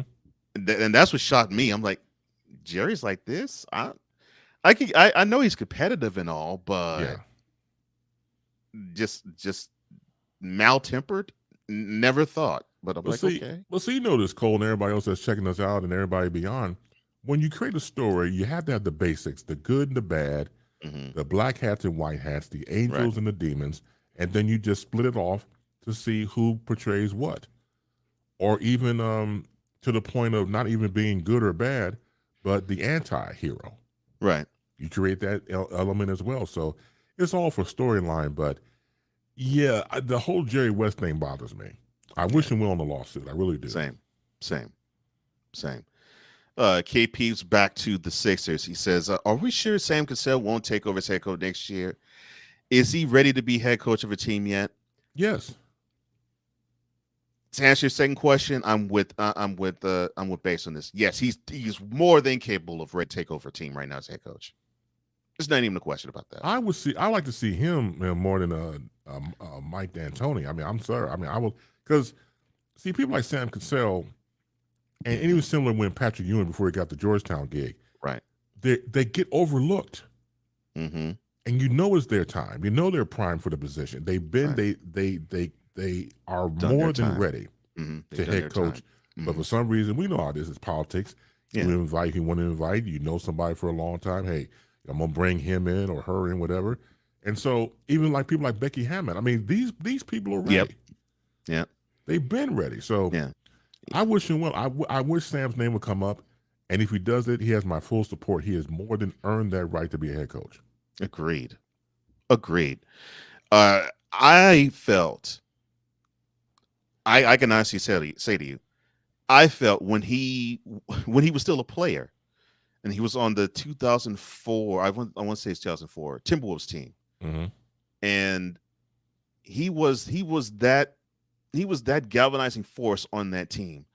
I said, man, if Sam continues the way he's going, he's going to end up being a head coach of a team in the future. I agree. Because the knowledge that he has, then I'm like, okay, he's forgotten more than most people know about basketball. And he basically was a leader type back when he was a rookie and second year player with the Rockets when he won his 2 chips. Right. So, yeah, you're asking me, who I have the most profound respect for Sam. Yes, he is ready to be a head coach. He's been ready to be head coach. Been ready. Almost since he retired, to me. Oh, look. When he was back in Minnesota, people forget, you had the big ticket. You had KG, Kevin Garnett. You had Sam Cassell. Right. And Latrell Sprewell. Those brothers used to get it done, man. Yes. And he knew how to galvanize all of that. So seeing that, I'm like, well, yeah, he's ready to be a head coach at any point. So here we are, and that's 18 years. It's 18 years later. Oh yeah, he's more than ready. Been ready. He's definitely been ready. Oh, okay. What other questions can I ask you? Let me see. Let's see. I could ask you a Negro Night question, but I won't. I'll take it.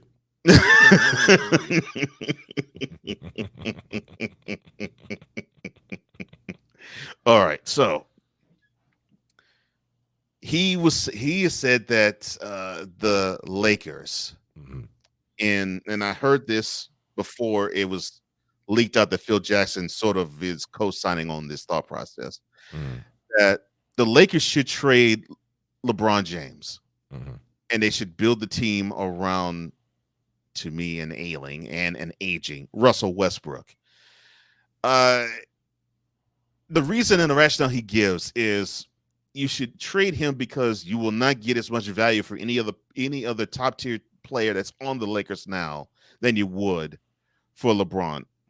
Do you agree with him, or do you disagree with him? And if you do you disagree with him because you just can't stand him, or or do you disagree with him because you actually have a legitimate reason? Well, let me say this before I answer the question, Cole. The fact that I can't stand him Ray Charles, in the state he's in right now, knows and he sees that I do not like Screaming A. Smith. Now, to answer the question, I happen to agree with the fact that you have to get rid of LeBron because LeBron has done nothing but sour the team. Now, to a degree, it's not his fault because the organization of the Lakers let him do this. They gave him autonomy.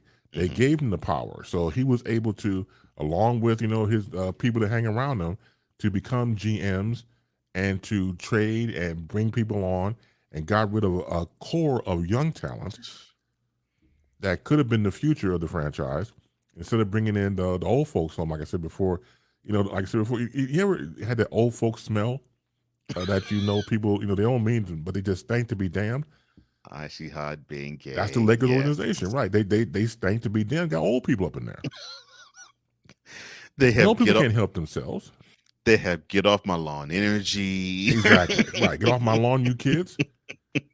This is my property line. Don't cross it.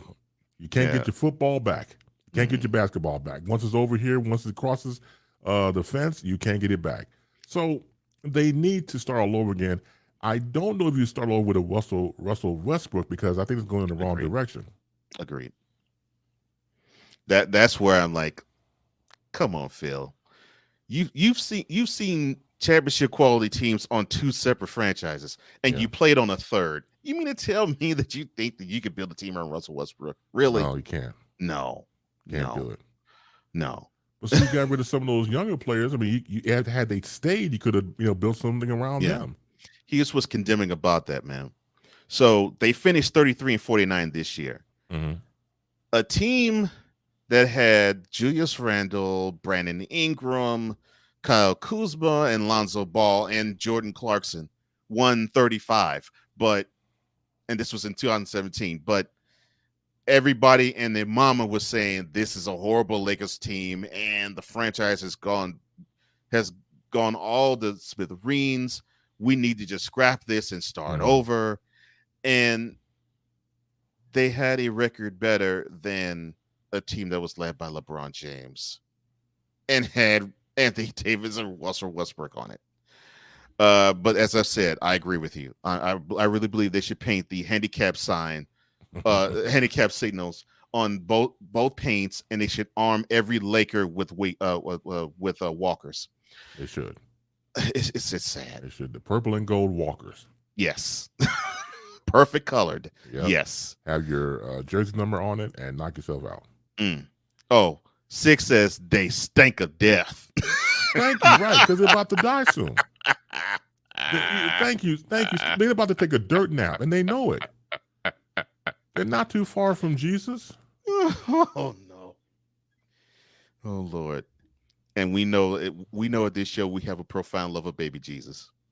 6 pounds, 7 ounces. That's right. A profound love of him. Right. K Peep says, sick digging you a trip. He also says, if you trade LeBron, you have to trade AD and or Westbrook. I agree with that, but the issue I have with that, not with what you said, K Peep, the issue I have with the thought process is you're going to have a diminished return if you ask to have him be traded, either one of those two to be traded. Because if you think back to, I'll even say 3 years ago, if you said you was going to trade any two of those three, you would get a wealth of anything in return, wealth of young players or wealth of draft picks. You get that in return. You almost have a doubt that you're going to get that if you trade AD or Westbrook. So that's the only issue I have with that. Oh, Lord. Sick. Purple and gold scooters as well. 2 miles an hour so everybody sees you. Shout out Slapper and DJ Jazzy Jeff with that. Will Smith. You're right the first time. Yeah, thank you. K Peace asks, I have a question. Game 7, Mavericks and Suns. What is your prediction of this game? And does Luka get it done, or does CB3 finally push forward and get it back to promised land? Well, we earlier said that the Suns are going to do it. Yeah. Do I have a prediction in terms of like final score? No, I don't have anything like that. I don't really have anything like that. I would probably say that I think the game would mirror probably what we saw in Game 5, in my opinion. If I have to pick how that game is going to look tomorrow, I just don't really have faith in the Mavericks on the road. I really don't. No, me neither. 6 says, I am sure Frank Vogel had to take a few showers to get that stench off himself. You know what? You just got to get new clothing. You know, you see the coaches, wear like, the mock neck, outfits, the shirts and everything else. Don't even wash no more. Just get new wardrobe, because you can't get that stank out. Oh my gosh! Can't get out. Oh my gosh! Oh Lord! I told you, I bet that whole locker room smells like Bengay and Absorbine Jr. Oh God, I haven't heard that product in years. They need it. Absorbine Jr. Oh my gosh. Absorbine Junior. Oh my gosh. Dude, you brought back memory right there. Okay. Hey man, that was my grandfather, God rest his soul, man. Get out of Absorbine Junior.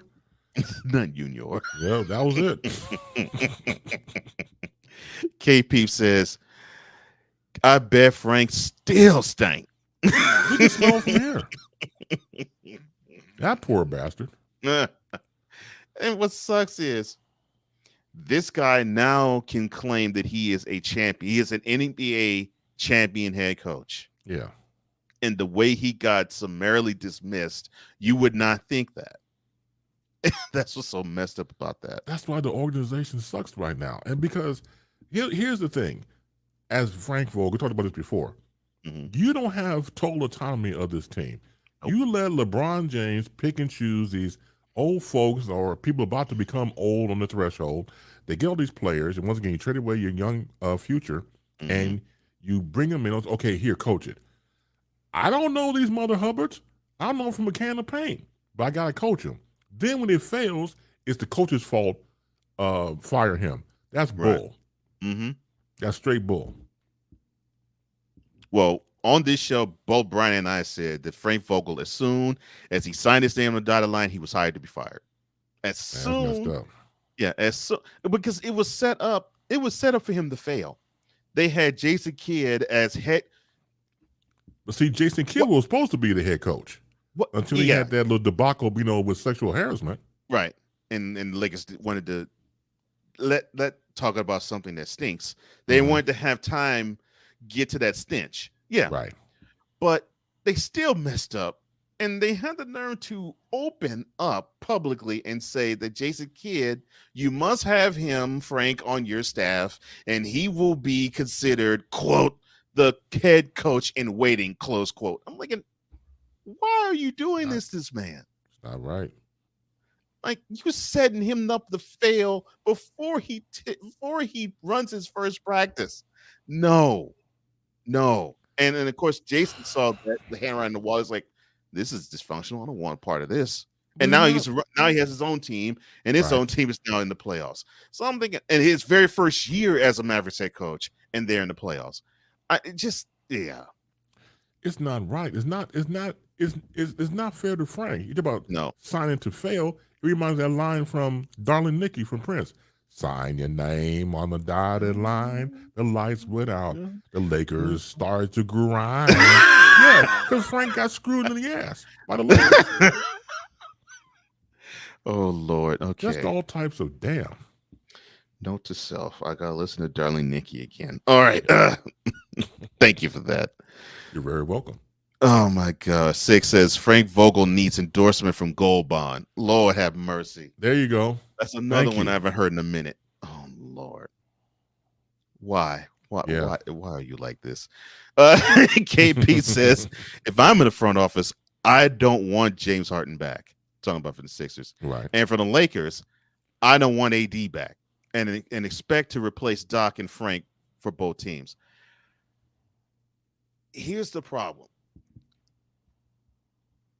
AD now is a liability, and it's almost to the point where it's like you have to accept this guy. He's in his prime now. However, you now have to allot that he's going to miss half of the season.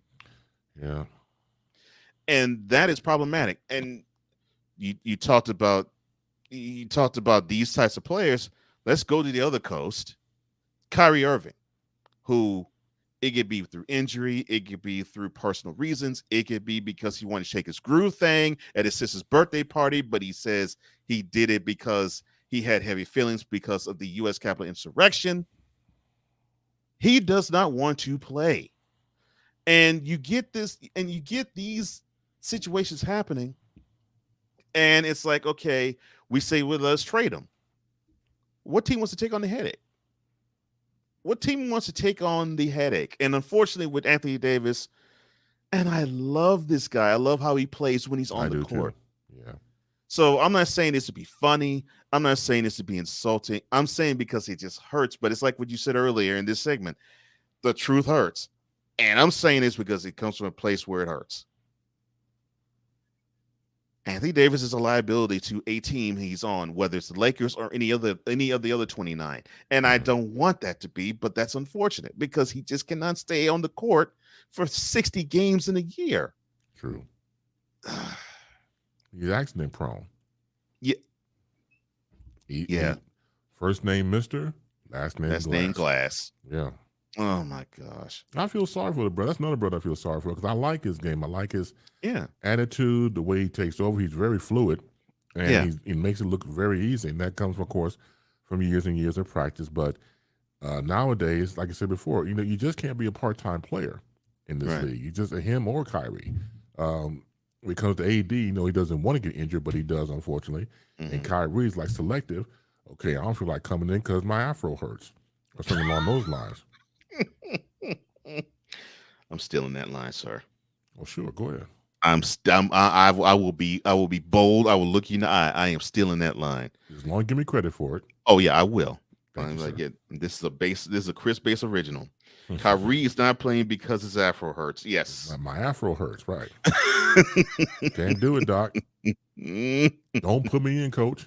Oh my gosh. K Peep says Frank Vogel needs Arm & Hammer as well as an endorsement. Thank you. That's right. Arm & Hammer.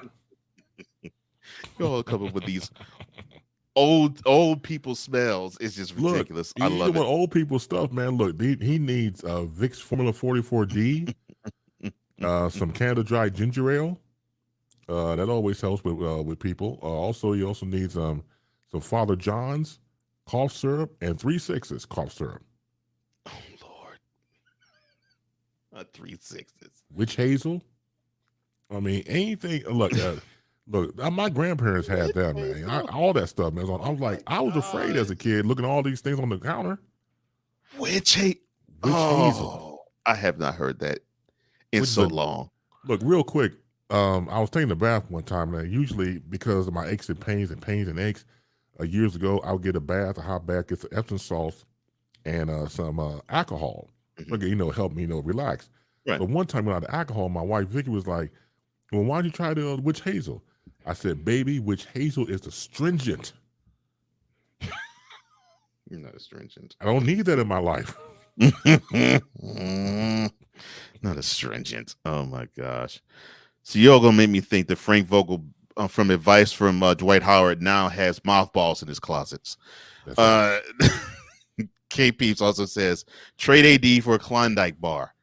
Yeah, you might have a point there. Hey, I put the bet on the Klondike bar at this point. Yeah, I would too. Yeah. He also says Devin Booker and Luka being a rivalry. These two really don't like each other, and I love it. That's good for the sport.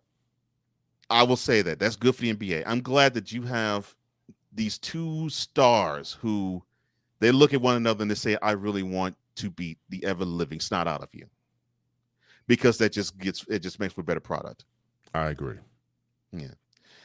Ryan says, I wish I could call in sick to work because my afro hurts. Too bad I'm bald. Yeah.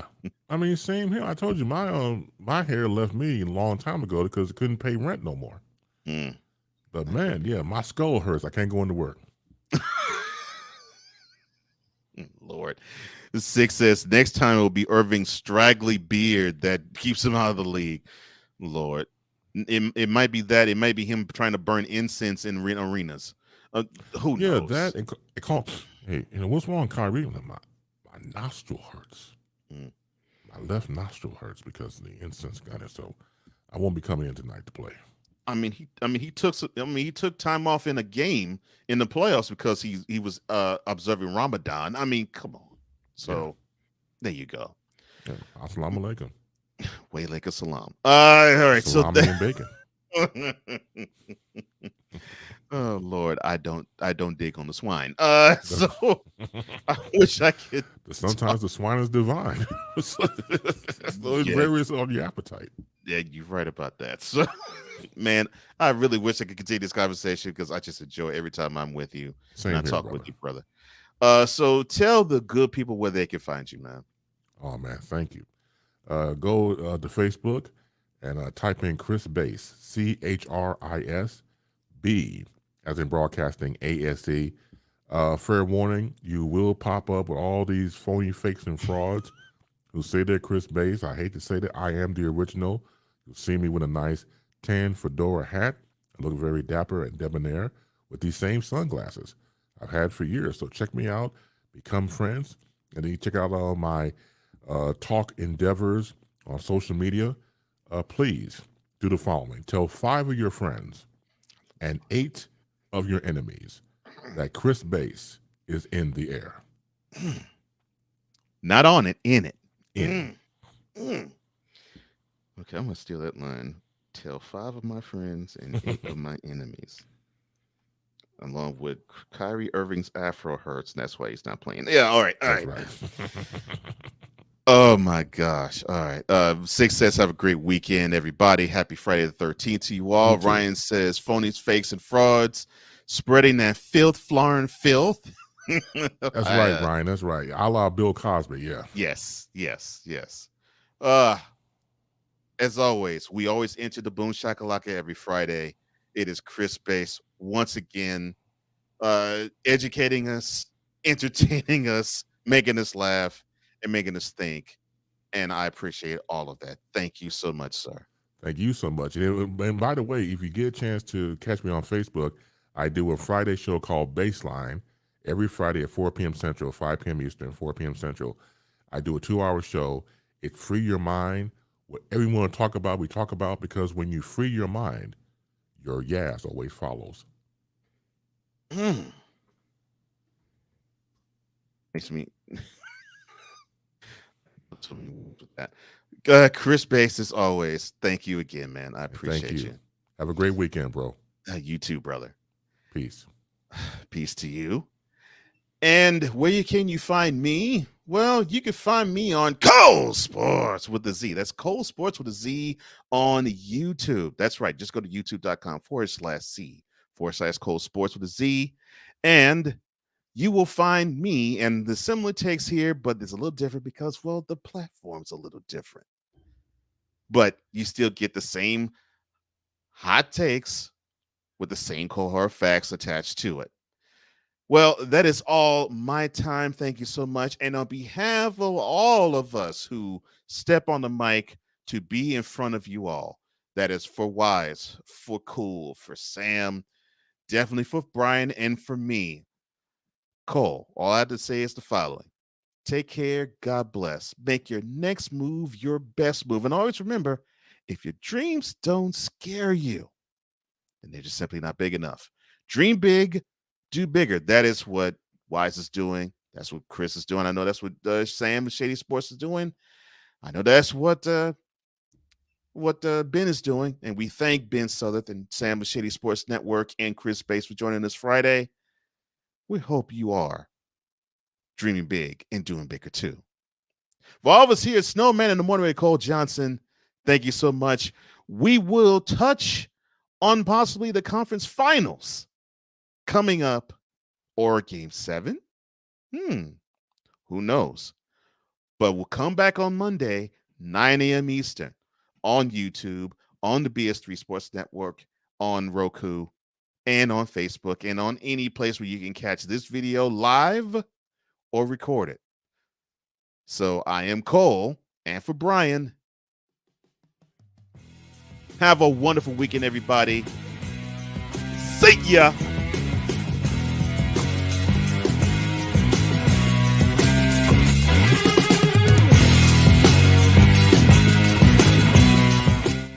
tuning in to Snowman in the Morning with Cole Johnson, the hottest of hot takes and the coldest of cold, hard facts.